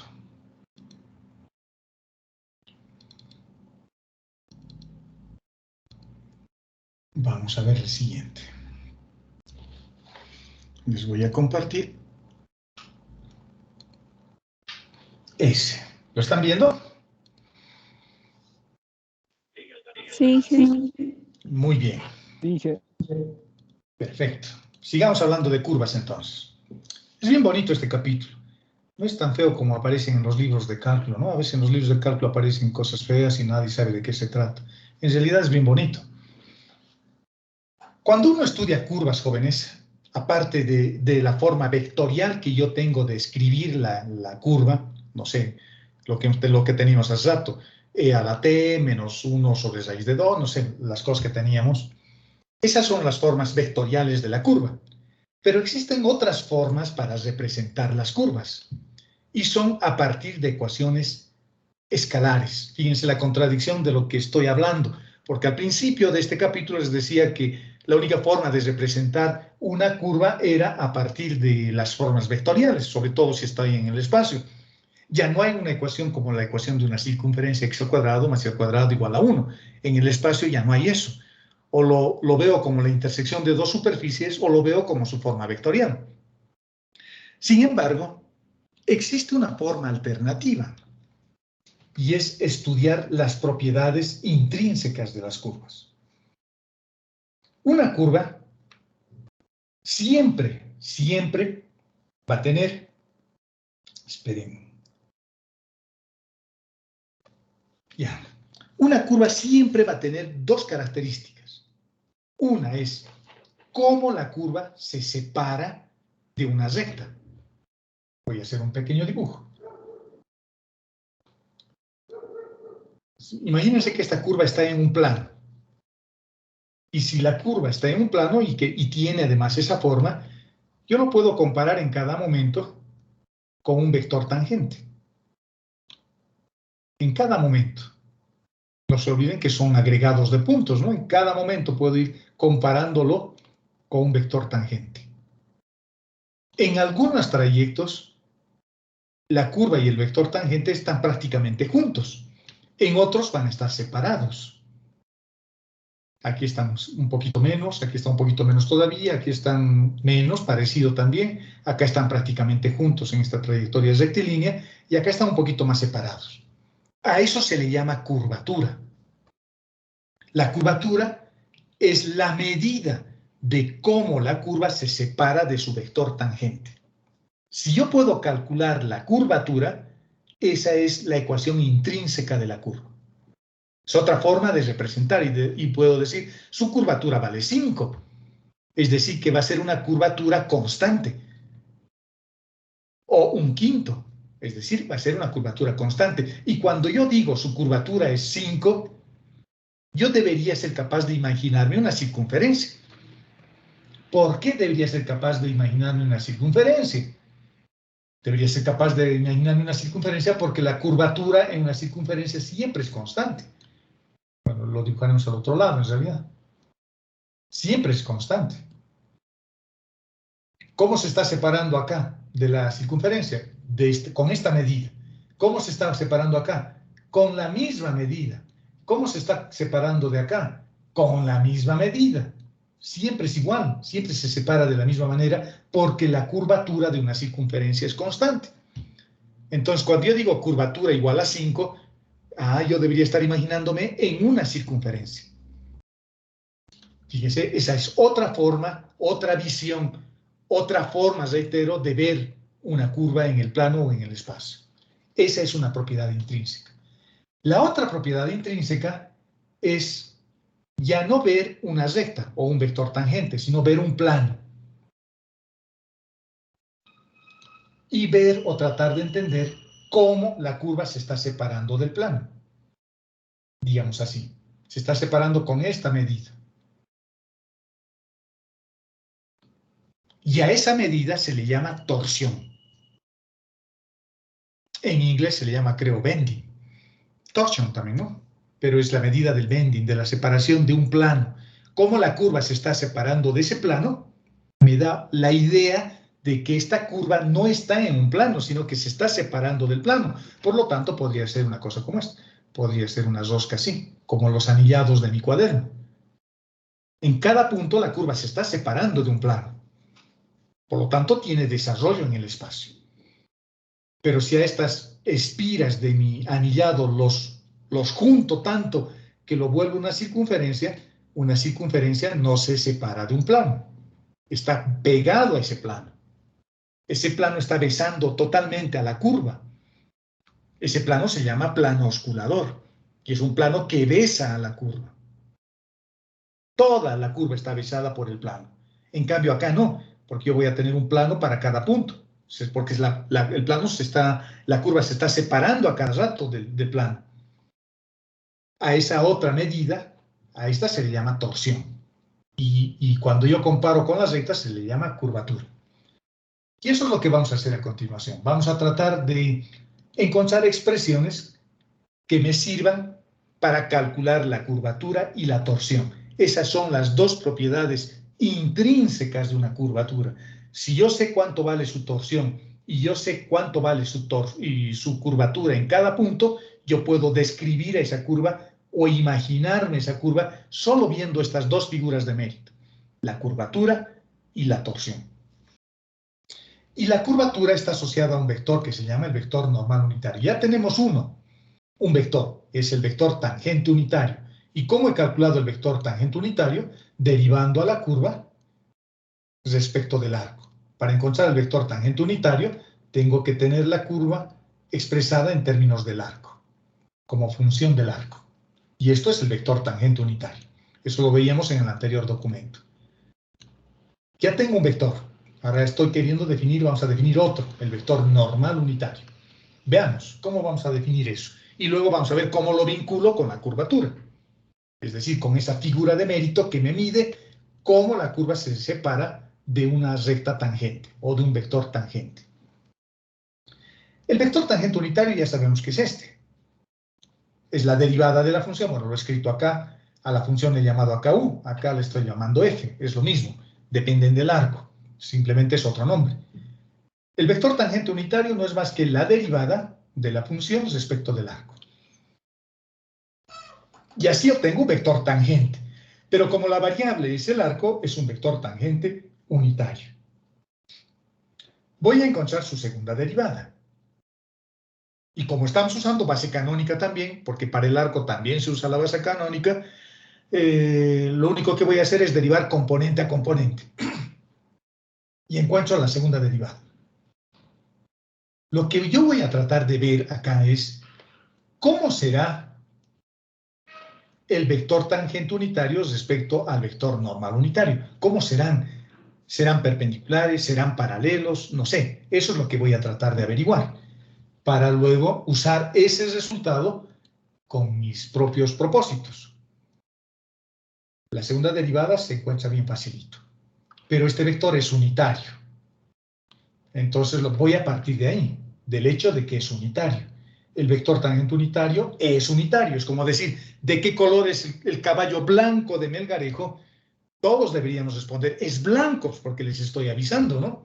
¿De qué color es el caballo blanco de Melgarejo? Es blanco. ¿Y de qué tamaño será el vector tangente unitario? Es 1, pues por eso se llama unitario. Entonces lo que voy a hacer es utilizar mis propiedades de derivadas para derivar esta parte de toda esta ecuación. Voy a decir la derivada del primero por el segundo sin derivar, más el primero sin derivar, que sería este, por la derivada del segundo, que es este. Y también tengo que derivar al otro lado de la ecuación, pero es una constante. La constante vale 0, su derivada. Estos dos términos son iguales. Este término es igual a este término. Por lo tanto, son dos veces ese término. Tendría que aparecer un 2 por acá. Pero este 2 lo voy a pasar a dividir al 0. Y me queda esto. Y por todo lo que yo sé de vectores hasta ahora, de productos escalares, de productos vectoriales, de ecuaciones de rectas, de ecuaciones de plano, todo lo que hemos hecho hasta ahora, el producto escalar, si vale 0, quiere decir que son dos vectores perpendiculares los que se están multiplicando. Fíjense cómo debo saber todo eso. Entonces, el vector tangente unitario, derivados respecto del arco, es perpendicular al vector tangente unitario. Por lo tanto, este vector, esto es un nuevo vector, y este nuevo vector es una segunda derivada, ¿no? Es una segunda derivada. Por esto. Es una segunda derivada de la función, es la segunda derivada, es el equivalente a la aceleración. Agarro la función f de s, lo derivo una vez y ya tengo un vector tangente unitario. Lo vuelvo a derivar y obtengo un vector tangente perpendicular al vector tangente unitario. Si, por ejemplo, esta es una curva cualquiera, el vector tangente unitario será este, por ejemplo, en este punto.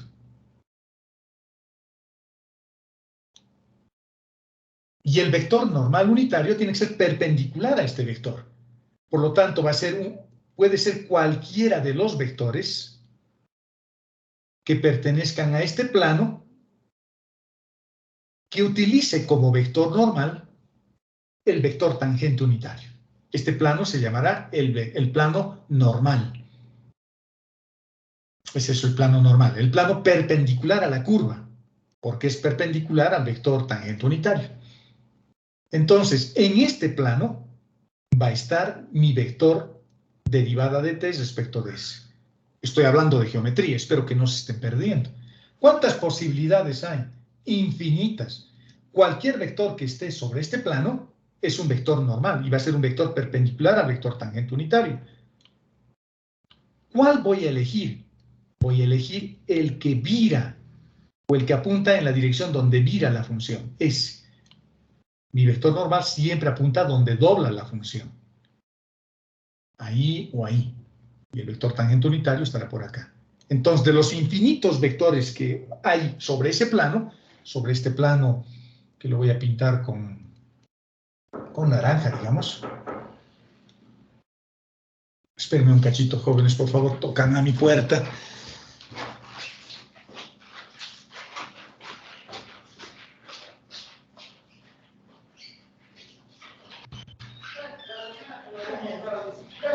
Gracias.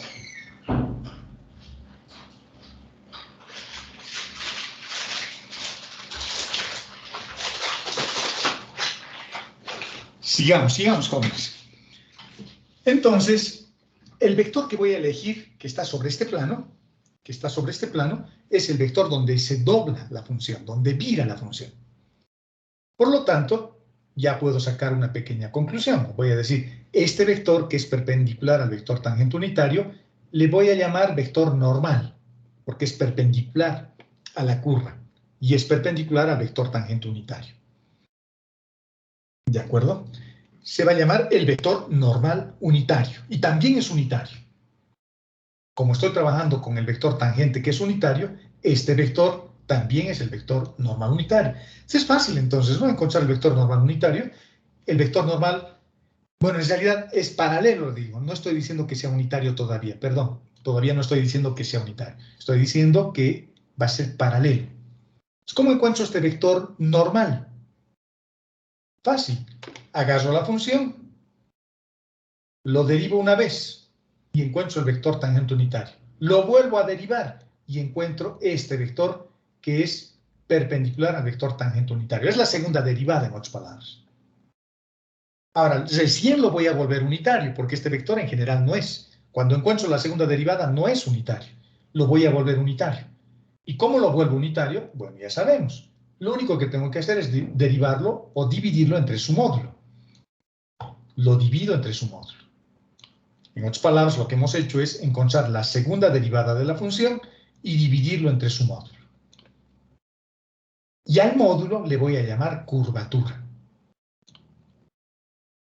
Por lo tanto, este vector normal,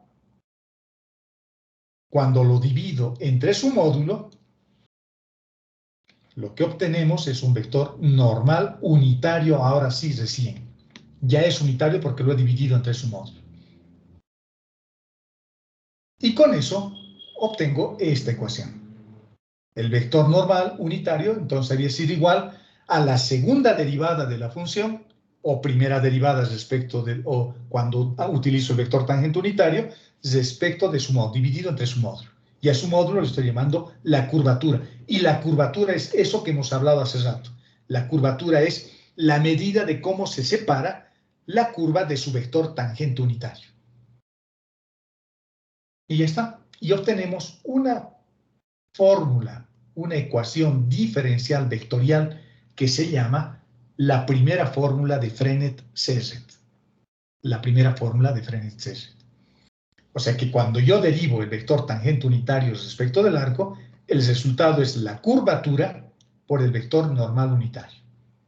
O sea, a este vector también le puedo llamar el vector curvatura. Le puedo llamar el vector curvatura. Y su módulo es la curvatura.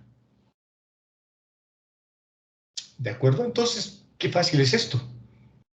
Si yo quiero hallar la curvatura, lo único que tengo que hacer es derivar 2 veces a la función y hallarle su módulo. La curvatura se halla así. Y esa es la gran ventaja del parámetro arco. Con todo lo complicado que puede ser el parámetro arco, hallar la curvatura usando el parámetro arco es súper fácil porque es una propiedad intrínseca. Y como estamos dentro del mismo ambiente intrínseco, todo es más fácil ahí. La rapidez es unitaria, la curvatura no es más que la segunda derivada. Fácil. La dificultad es que no siempre se puede obtener la función reparametrizada en términos del arco. Esa es la principal dificultad. Sigamos. Este es un gráfico que representa eso. Tengo la curva C. La curva C va a ser esta. El vector tangente unitario está pintado con verde. No sé si lo lograrán ver. Está pintado con verde. Y el vector normal es perpendicular al vector tangente unitario, fíjense, y está apuntando donde se dobla la función. No está apuntando hacia arriba, no está saliendo del pizarrón, que también sería perpendicular, o de la pantalla de su celular o de su computadora, no está saliendo, no está yendo hacia abajo. El vector normal tiene un sentido ya definido. Está apuntando en la dirección donde vira la función, vira con B chica, donde se dobla la función. Siempre es así. En este caso, por ejemplo, en este punto, el vector normal estaría así. En este otro punto estaría así. En este otro punto sería así. Y todos son vectores del mismo tamaño, son unitarios. Y estos serán los vectores tangentes. Los vectores tangentes. ¿De acuerdo? Ya tengo 2 vectores. El vector tangente y el vector normal. Con el vector tangente y el vector normal, lo que vamos a hacer a continuación es definir un nuevo vector. Y a ese vector le voy a llamar el vector binormal. Y el vector tangente, el vector normal y el vector binormal que vamos a encontrar con un simple producto vectorial, los vamos a agrupar en un subconjunto con los que vamos a definir una base local en cada punto de la curva. Y una base local tridimensional, porque hay 3 vectores, T, N, B. Y a este conjunto de vectores que forman una base ortonormal, porque son unitarios y son perpendiculares, se le denomina el triedro móvil. El marco móvil también se le llama. ¿De acuerdo? Entonces, a partir del vector tangente, a partir del vector normal y a partir del vector binormal, puedo formar una base local en cada punto de la curva. Lo que les decía cuando hablábamos de propiedades intrínsecas, ¿no? En cada punto de la curva voy a tener un vector tangente, voy a tener un vector normal y voy a tener un vector binormal, digamos así, perpendiculares entre sí. Digamos que es así. Bueno, mi dibujo posiblemente no esté bien hecho, pero son muy parecidos a los vectores. En realidad es lo mismo que el vector IJK, solo que ahora se llama tangente, normal y binormal. Y es una base diferente para cada punto. Por eso se le llama la base móvil, porque da la sensación de que eso se estuviera moviendo a lo largo de la curva, porque en cada punto de la curva voy a encontrar este sistema de referencia. Esos 3 vectores que van a constituir una base. Y esa es la base intrínseca de la curva. Es una base local, es una base que funciona para cada puntito de la curva, nada más. Y voy a tener una base diferente en cada punto. ¿De acuerdo? Y a eso se le llama el triedro móvil. Y ahí, en esa animación, les estoy mostrando por qué se llama móvil y cómo se está desplazando. El punto se está moviendo a lo largo de la curva, el vector tangente está pintado con azul. Fíjense, moviéndose siempre tangencialmente a la curva. Ahí tal vez se lo ve mejor. El vector azul. El vector morado, el vector verde es el vector normal. Fíjense, el vector normal siempre se está doblando donde vira la función. Apunta donde vira la función. Bonito, ¿no? Y el vector binormal es el vector que se está moviendo a partir de ese producto, que lo hemos generado en realidad a partir de ese producto vectorial entre el vector azul y el vector negro. Y es perpendicular a ambos. Y es una base local. Para cada punto, en cada posición de esa curva donde se está moviendo, generó una base local. Es una base, es un espacio vectorial afín, así se le llama. Es un espacio vectorial afín, porque no hay el vector nulo, ¿no? En ese espacio vectorial, el vector nulo está en el origen de coordenadas. En cambio, cada punto es un punto diferente, que no necesariamente es el vector nulo. Pero es un espacio vectorial también. Un espacio vectorial un poquito más general, un espacio afín, un espacio vectorial con traslación del origen de coordenadas. ¿De acuerdo? A eso se le llama el triedro móvil. Y por eso se llama triedro móvil, porque se mueve, ¿no? Se mueve. Y tiene dos movimientos. El movimiento de traslación y el movimiento de rotación. El movimiento de traslación porque se va moviendo siempre hacia adelante, se va trasladando el punto a lo largo de la curva. Pero a medida que se está moviendo, también está rotando alrededor del vector tangente unitario. Y está rotando en el sentido o con el sentido de la regla de la mano derecha, porque es un sistema de dextrogiro, ¿no? De giro derecho. El famoso triedro móvil. Y fíjense que este famoso triedro móvil lo estamos encontrando con la función vectorial en términos del parámetro arco. Seduzcamos un poquito para que entre todo en nuestra pantalla.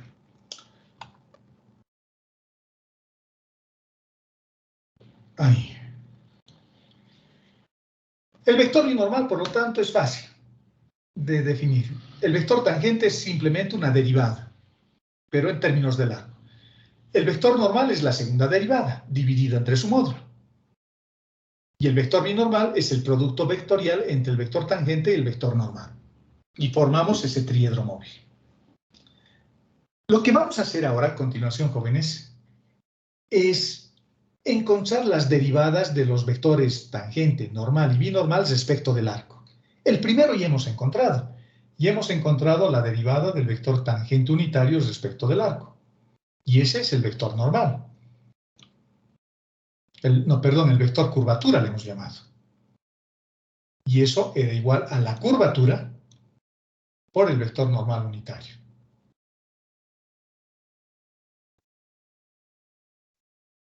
Y esto no se olviden que es la segunda derivada de la función vectorial en términos del arco respecto del arco dos veces.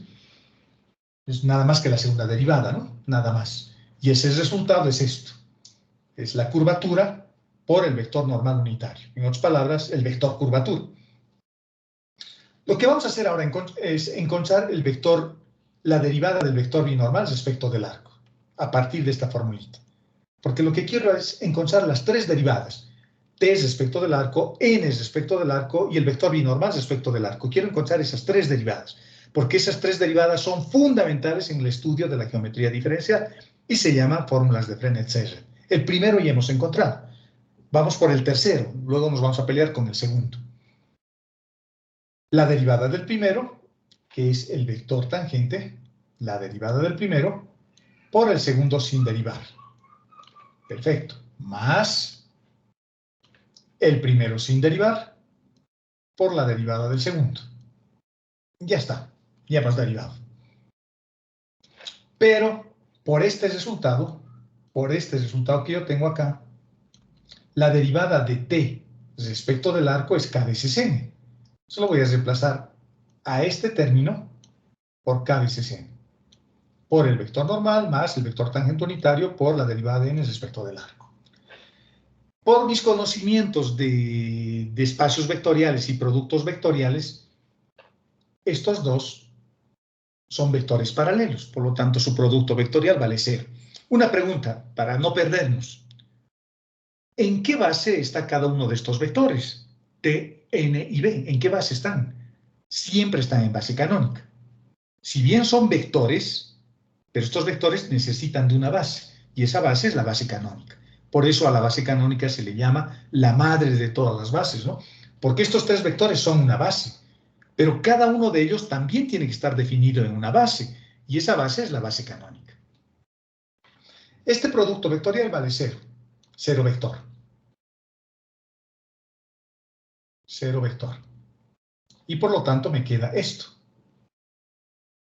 T por N escalarmente con S.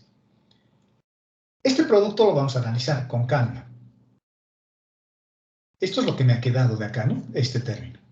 Es lo que me ha quedado. Porque este otro se ha anulado. Se ha anulado.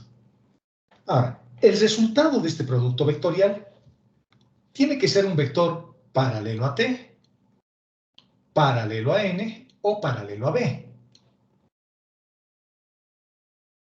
Cuando yo multiplique estos dos, el vector tangente con la derivada de n respecto del arco, ese vector resultante tiene que ser paralelo a t, paralelo a n o paralelo a b, porque son los únicos tres vectores que estamos definiendo dentro de la geometría diferencial. Y para saber cuál de ellos es, vamos a ver lo siguiente. El vector tangente unitario es perpendicular al vector normal y perpendicular al vector binormal. Entonces, lo que estoy queriendo decir es lo siguiente, ¿no? Miren, estoy buscando qué vectores hay perpendiculares al vector tangente. Y hay dos.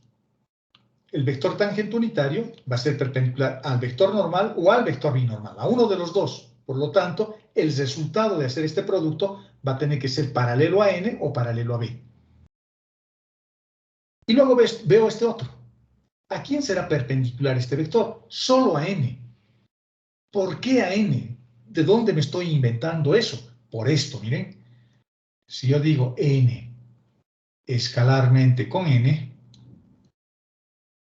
el resultado es 1, porque es un vector normal unitario. Fíjense, las respuestas las tenemos nosotros, siempre las tenemos nosotros. Es igual a 1. Voy a hacer la derivada, entonces voy a tener la derivada de n respecto de s, porque se supone que estamos trabajando con el parámetro arco, respecto de s, la derivada del primero por el segundo sin derivar, por n, más el primero sin derivar por la derivada del segundo, o sea, exactamente lo mismo, por lo tanto voy a tener 2 veces de esto, igual a 0. Estoy derivando también al 1. Este 2 desaparece, no lo tomamos en cuenta, y esta ecuación me está diciendo que el vector normal, derivados respecto del arco, es perpendicular al vector normal. De ahí sale esto. Por lo tanto, este vector, cuando yo hago el producto del vector tangente con el vector n derivados respecto del arco, va a tener que ser necesariamente paralelo al vector n, porque es el único que es perpendicular a los dos, a t y a este. Y eso es lo que estoy diciendo acá. No sé si me están entendiendo. Voy a hacer un dibujo para que se entienda mejor.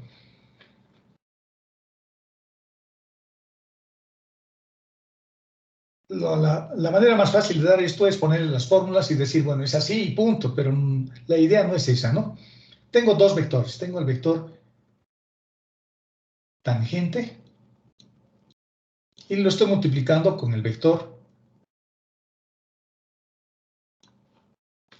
con este vector, que se llama derivada de n respecto de s. Derivada de n respecto de s. Respecto de s. Esos dos vectores estoy multiplicando. Fíjense nuevamente acá. El resultado va a ser un vector como este, perpendicular a ambos. Perpendicular a t y perpendicular a n. ¿Qué vectores tengo que sean perpendicular a ambos? N. N, si pongo acá n, n es perpendicular a t. Y n es perpendicular a la derivada de n respecto de s. Por eso he elegido n. Con el dibujo yo creo que se entiende mejor. El único tema es de que el signo es cambiado. Porque este signo se lo puede interpretar de dos formas. Uno, como que este vector tiene sentido contrario, o como que el signo es en realidad de la torsión. En realidad la torsión tiene signo, la curvatura no. La torsión tiene signo, es una magnitud con signo. La torsión puede ser positivo o negativo. Aunque en la mayoría de los libros, en muchos libros que vayan a ver, la torsión lo calculan con valor absoluto, porque solo quieren ver la magnitud, pero la torsión tiene signo, porque es una proyección en el sentido de giro del vector normal. Así en realidad es el verdadero significado y la verdadera definición de la torsión. Pero para no entrar en esa complicación, lo único que voy a decir es que ahora la derivada del vector binormal respecto del arco es la torsión por el vector normal unitario. Y este signo que lo he llevado al otro lado, en realidad debería ser el signo de la torsión. ¿De acuerdo?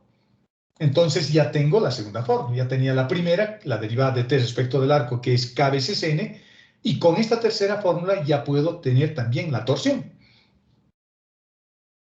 Y la última formulita que me falta es la derivada de n respecto del arco.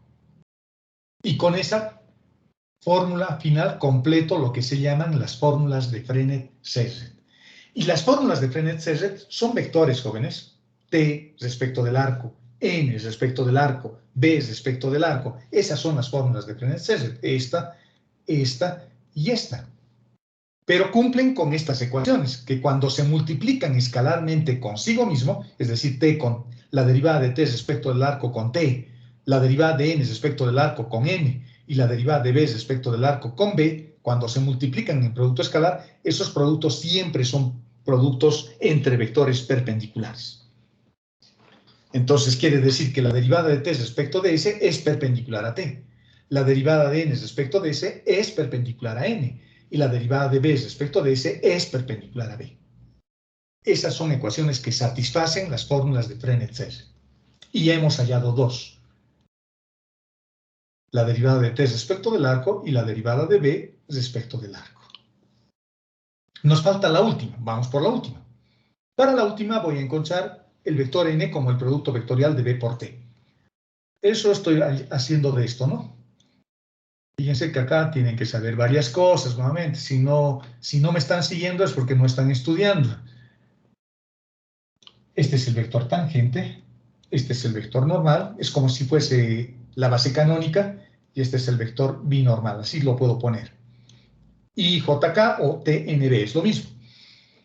Son vectores unitarios y perpendiculares y están en giro derecho. Por ejemplo, si yo multiplico T por N, cuando hemos multiplicado en producto vectorial, hemos obtenido B. Y si yo multiplico en producto vectorial N por B, en ese sentido, el resultado es T. Entonces, es el sentido de los productos. ¿Qué quiero hallar yo? N quiero hallar. Quiero hallar N. Quiero hallar este. Entonces, tengo que multiplicar B por T. Y ya está. Lo voy a derivar respecto del arco, porque eso es lo que quiero hacer. Se va a hacer la derivada del primero por el segundo sin derivar, más el primero sin derivar por la derivada del segundo. Perfecto. Algunos de estos resultados ya los conozco, en realidad ya los conozco. Ya sé cuánto vale B por S. Vale esto. Lo voy a reemplazar. Y ya sé cuánto vale la derivada de T respecto de S. Vale esto.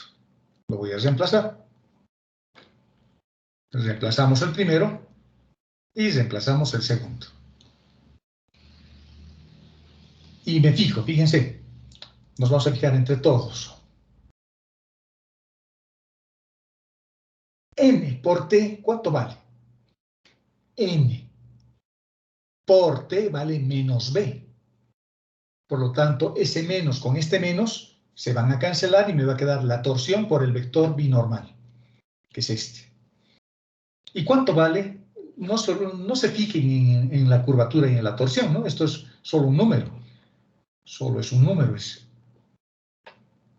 un escalar, ese y este. Solo hay que multiplicar los vectores. N por T es menos B. menos b por menos tau me da esto. Luego aquí multiplico b por n, b por n me da menos t porque estoy yendo en sentido contrario y la curvatura se queda. Y ese es el resultado para la segunda fórmula de Frenet-Serret. Ahora ya tenemos las tres. Tengo la derivada del vector tangente unitario respecto del arco, la derivada del vector normal respecto del arco y la derivada del vector binormal respecto del arco. Sigamos. Sigamos. Y esta es la forma matricial. Estas son ecuaciones diferenciales, vectoriales. Y lo que estamos expresando son estos vectores en base TNB. No están en base canónica estos, están en base TNB, porque esto yo lo puedo poner así. Va a ser 0 en la dirección del vector tangente unitario, más k veces en la dirección del vector normal unitario.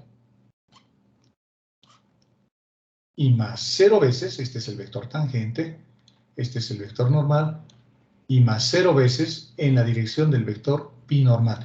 Fíjense que a la derivada del vector tangente unitario respecto del arco, que es un vector, lo estoy expresando como una combinación lineal de los vectores T en B. No tiene componentes en la dirección del vector T y no tiene componentes en la dirección del vector binormal. El vector normal, hago lo mismo.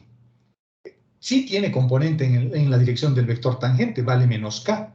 Ese es su componente, en la dirección del vector tangente unitario. No tiene componente en la dirección del vector binormal, del vector normal, perdón, 0 veces n. Y tiene componente en la dirección del vector binormal, más la torsión por el vector binormal. Esa es la torsión tan grande que me ha salido. Qué interesante. O sea que estos vectores, estas fórmulas de Frenet-Serret, son vectores en base TNB y sus componentes son la curvatura y la torsión. Si lo llevo a una forma matricial, tenemos esto. La derivada del vector tangente unitario respecto del arco, de una manera más compacta lo puedo escribir así. Eso es lo mismo que esto, ¿no? Es lo mismo que esto. La derivada de n respecto del arco es esto y la derivada de b respecto del arco es eso. Llevándolo a la forma matricial, voy a tener 0 en la dirección de t, k en la dirección de n y 0 en la dirección de b. Menos k en la dirección de t, 0 en la dirección de n, que es lo que hemos hecho acá, y la torsión en la dirección de b. Y la otra será 0 en la dirección del vector tangente, 0 en la dirección del vector normal y 0 en la dirección del vector binormal. Esto es como las ecuaciones de los sistemas de ecuaciones lineales, ¿no? Estoy resolviendo un sistema de ecuaciones lineales. Estas son mis incógnitas, digamos, y estas son la matriz de coeficientes y estos son los resultados. Esta es la matriz de T, esta es la matriz de N y esta es la matriz de B. La columna de B, la columna de N y la columna de T, mejor dicho. Es un sistema de ecuaciones también, lineal. Definición, aquí me falta una I. Definición. Con la curvatura y la torsión, jóvenes, con la curvatura y la torsión, puedo definir el radio de curvatura y el radio de torsión. ¿De acuerdo? Puedo definir el radio de curvatura y el radio de torsión.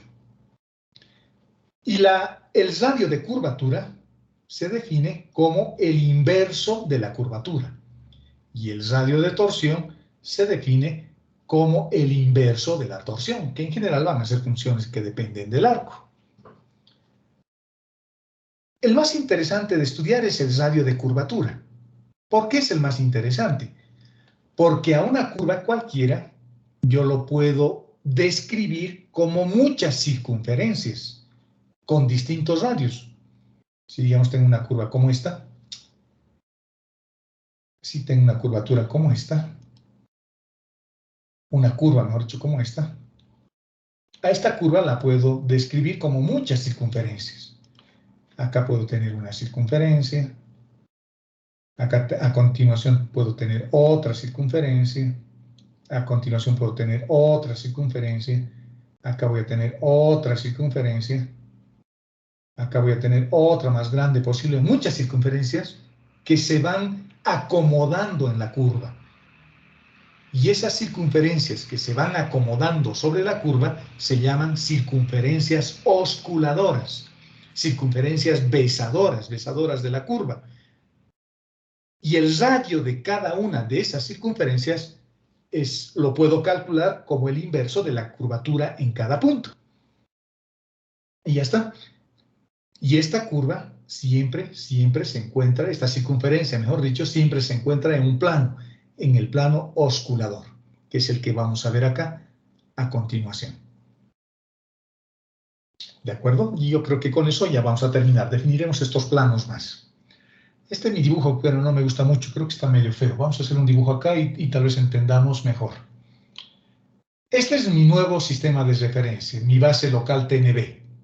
T, N y B. Igual que nuestro sistema de referencia en base canónica, IJK. Lo mismo. Este es el vector binormal.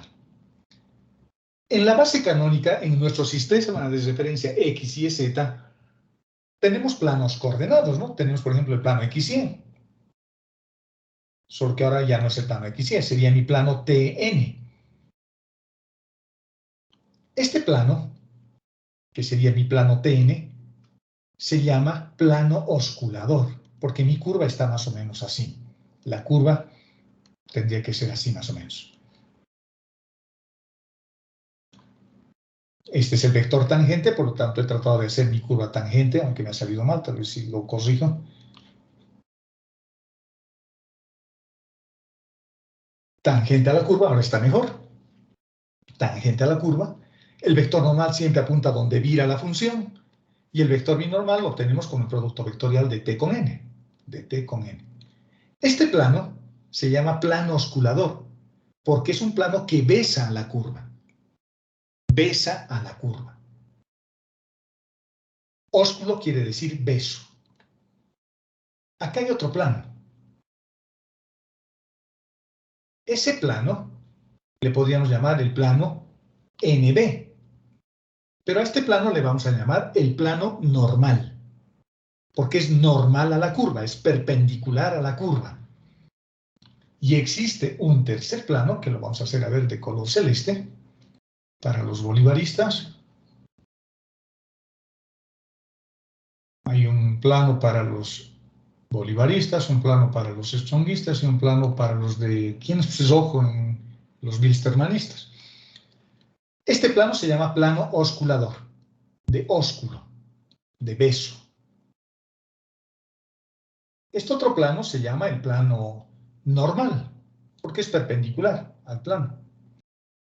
Cuando digo normal, quiero decir que es perpendicular, ¿no? Es el plano normal.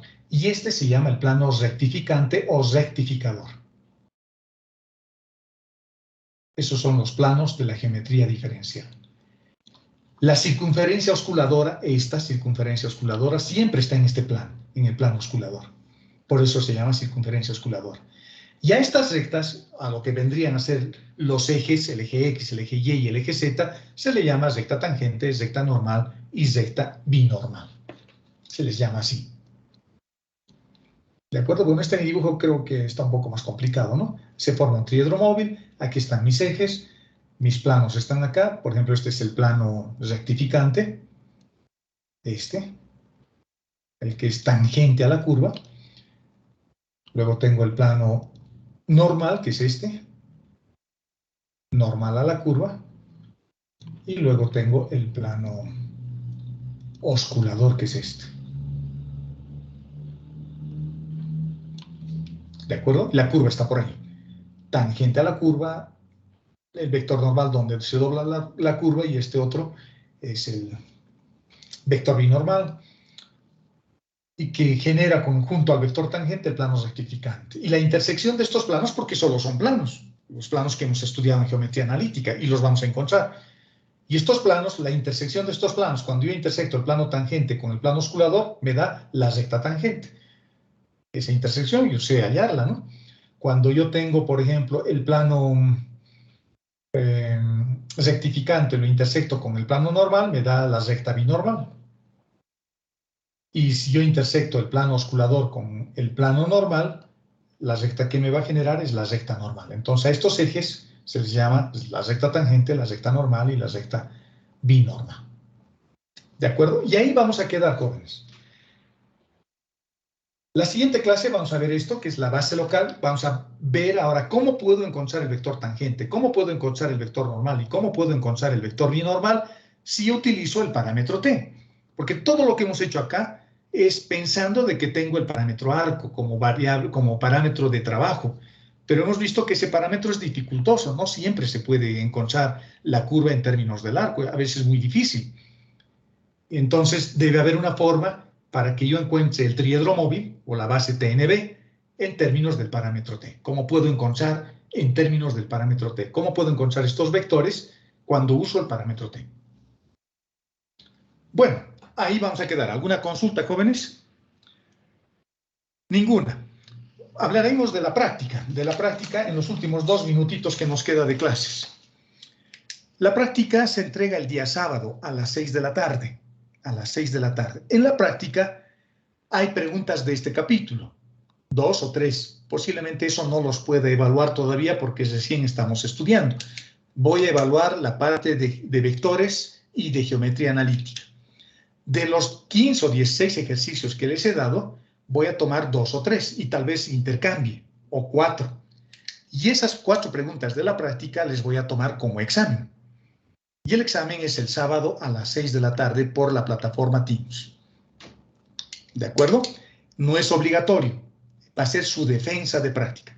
El anterior semestre les tomaba 1 por 1, pero ahora son muchos, son demasiado. Me va a tomar mucho tiempo. Por lo tanto, lo que voy a hacer es evaluarlos también. No les voy a decir cuáles de las preguntas que les he dado les voy a poner en el examen, por lo que están obligados prácticamente a resolver todo. Entonces yo les diré el 1, el 3, el 5. Entonces ustedes resolverán y lo subirán a la plataforma. Y los voy a evaluar de esa forma. El examen es el sábado. El sábado, creo que a las 6 de la tarde, ¿no? Creo que es a las 6. Así que estén atentos, les voy a subir la invitación a la plataforma para que ese sábado puedan defender su práctica. Creo que es a las 6 de la tarde, no estoy seguro. Sí, ingeniero, a las 6. Ok, ¿tienen alguna consulta, alguna duda? ¿Esa hora está bien? ¿Pueden ustedes? ¿No pueden? No sé, depende de ustedes. Creo que pueden, ¿no? Ingeniero, tengo una duda respecto a la práctica. ¿Cuál? Yo soy uno de los estudiantes que ingresó un poco tarde debido a las inscripciones y no pude ver la práctica. En la plataforma me aparece como estudiantes, o sea, el docente no les ha habilitado a todos los estudiantes para esta práctica, eso me aparece en la plataforma. Y eso quería saber si lo podría volver a enviar o ese asunto, ¿cómo lo hacemos? Sí, ese es un lío. El problema, ¿saben cuál es? Es un problema del sistema, no es mío, digamos. Yo ya he subido la práctica, ahora me imagino que les está diciendo eso porque ustedes se han inscrito después de que yo haya publicado la práctica. Es muy probable que sea eso. Es muy probable que sea eso. Entonces, lo que estoy haciendo para resolver y no volver a inscribirlos a todos, que son como 200, es esta tarde escríbame a mi WhatsApp y yo le voy a enviar por esta vez la práctica a su WhatsApp para que lo pueda ver. Listo. Gracias, Inge. Y me imagino que las siguientes prácticas ya van a poderlos leer normalmente, ¿no? Normalmente. ¿De acuerdo? Entonces esta tarde, por favor, a las 3 más o menos escríbame y yo le voy a mandar la práctica sin ningún problema. Para que tenga, no sé, ya no tiene mucho tiempo. Tenga hoy, mañana y el viernes 3 días para poder hacer algo, ¿no? Para hacer la práctica. No son muchas, creo que son 15 o 16 preguntas. Y son fáciles, muchas de ellas son fáciles. La idea no es aplazarlos, sino es obligarlos un poquito a que estudien. Ok, jóvenes, entonces nos vemos el día sábado a las 16 de la tarde y los que tienen dificultad con la práctica, en descargar a la práctica, escríbanme a mi WhatsApp, ya saben cuál es el 706-19-300. 706-19, que tal vez es la edad de algunos de ustedes, y 300, que es mi edad, entonces fácil de acordarse. Ok, muchachos, nos vemos entonces el día sábado. Esto vamos a terminar la siguiente semana, tal vez en la media hora o en una media hora más de clase, una hora más, así que vamos a tener una hora del día lunes y 2 horas del día miércoles para hacer ejercicios. Vamos a hacer pura clases de ejercicios. Con eso vamos a tratar de suplir la falencia del ayudante, ¿listo? Y este sábado ya los voy a empezar a evaluar además, o sea que con eso en teoría vamos a estar bastante bien preparados para el primer parcial. Pero por supuesto implica también esfuerzo por parte de ustedes. Tienen que estudiar, hagan la práctica, háganlo entre ustedes, no hay problema, ¿no? Si son amigos, son afines, compartan las preguntas, repásenlas, explíquense entre ustedes, porque eso forma parte también del proceso de enseñanza. Y durante la defensa de práctica también pueden copiar, no hay forma de evitar eso. Así que es una responsabilidad personal de ustedes, no mío. Si ustedes copian una práctica y lo suben a la plataforma y se sacan 100, pero si han copiado, no me están engañando a mí. Se están engañando ustedes mismos, ¿no? No a mí. Yo les pondré la nota que vean en el sistema y ya está. Pero no me están engañando a mí, así que no digan, pucha, mira, le he fumado al profesor, porque en realidad se están fumando ustedes mismos, se están tomando el pelo ustedes mismos. Ok, jóvenes, con esa pequeña reflexión de papá, digamos, un poco de papá, nos vemos el día sábado y reitero, los que tienen dificultad con la práctica, escríbanme esta tarde para que se los envíe. Hasta el sábado, jóvenes. Hasta luego, Inge. Hasta luego. Chao, muchachos. Hasta el lunes, Inge. Hasta el lunes.